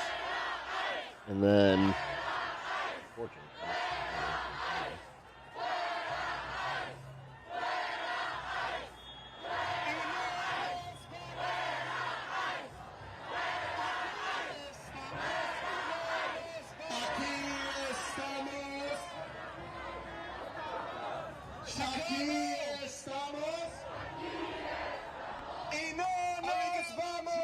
Huh. People as far... I mean, this is the back of the protest. They're literally doing front and back of the protest, and then, yeah, this is the status quo. There's Stan's Donuts. Awesome donuts if you're ever in Chicago. You guys gotta try them. They're really, really good. Hey, Spider-Man! Do a backflip!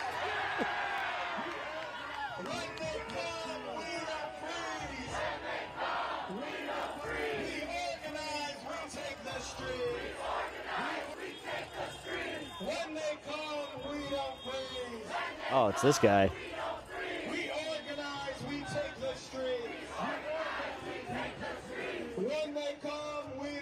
Wow, he's like literally walking with a U-Haul truck.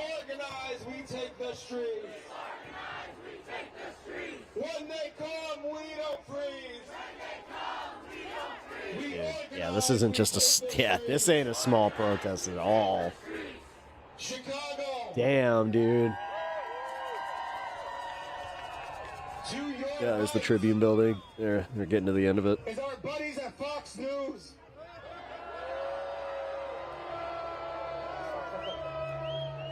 As you all know, Fox News has continued to spew the propaganda of the Trump administration. Here, hold on.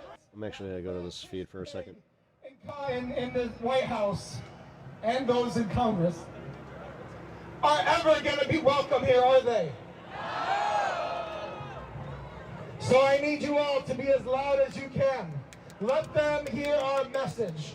Let the only thing that they can report on is the fact that we shut shit down and we don't want those fucking pigs in our city. You got a car that was like... Get loud, Chicago, get loud! Yes! No, they are. They're carrying the sound equipment, but I'm just saying. Yeah, it's not the guy in the U-Haul doing that.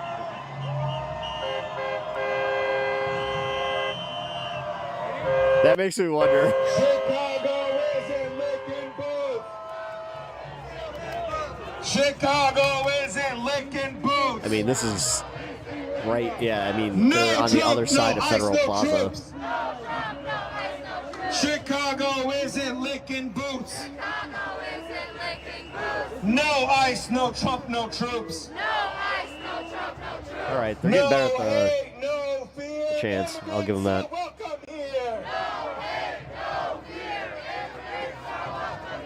No hate, no fear, immigrants are welcome here. No fear, immigrants are welcome here. No hate, no fear. Wonder how U-Haul feels about the ad spot. Well, notice how they're not using budget. All That's kind of power funny. to the people, no human is illegal.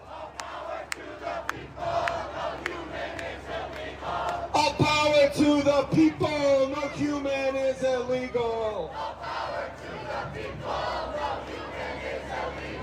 No raids, no deportation. Down with the occupation. No raids, no deportation. Down with the occupation. No raids, no deportation. Down with the occupation. Donald Trump, you stupid clown. Chicago's gonna take you down. Interesting. Donald Trump, They cut the other side. That's weird. That they cut the other side of the street open. Chicago's gonna That means that all the intersections are blocked off, though, like, until they pass, so. Donald Trump, you stupid clown. People are going to mess it up. Immigrants will take you down. Donald Trump, you stupid clown. Donald Trump, you stupid clown. Immigrants will take you down. Immigrants will take you down. Chicago. All right, let's see. You need to be louder than that. Make some fucking noise.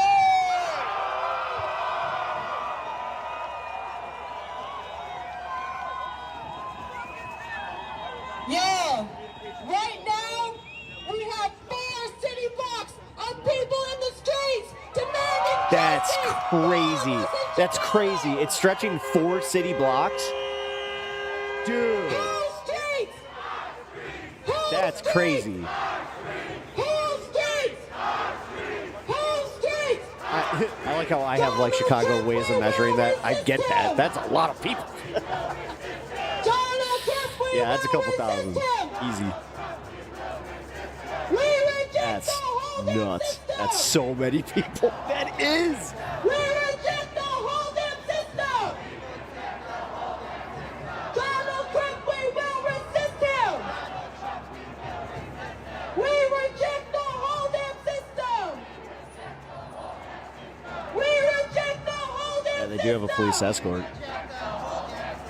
We reject the whole damn system. That's good.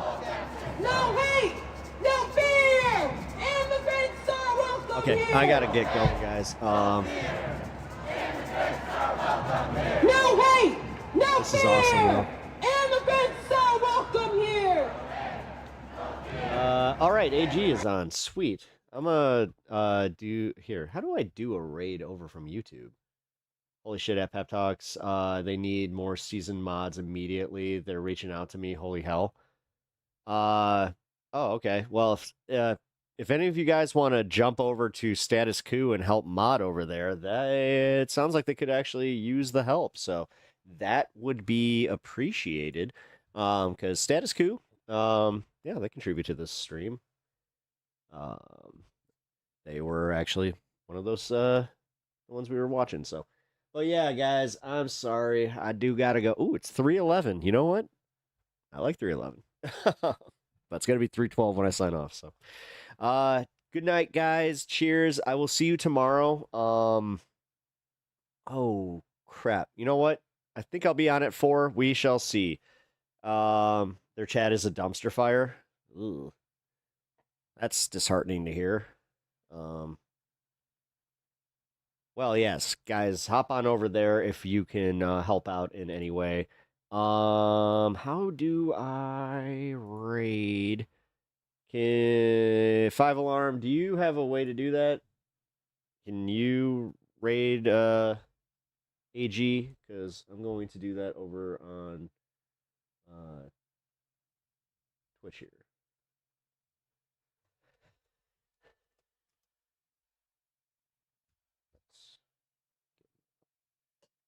Give him some love over from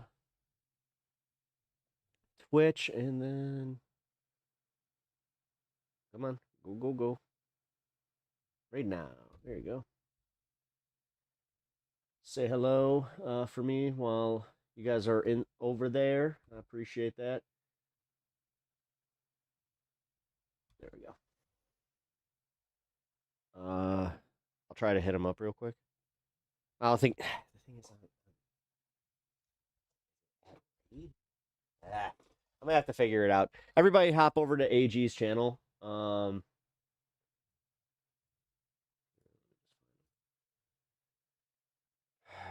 you don't already follow AG, here he is. AG.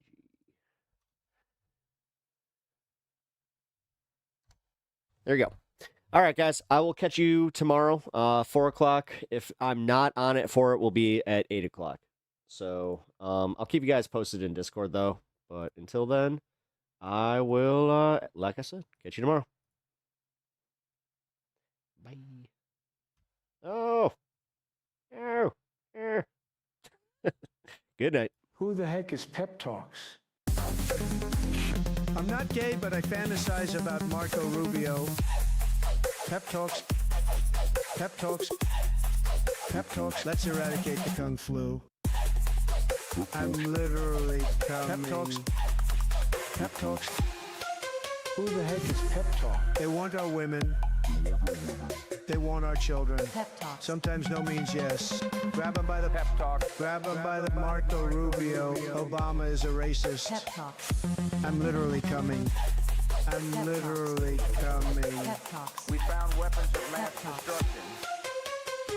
My fellow Americans, it has been confirmed today from Pep Talks that we are indeed all high on politics.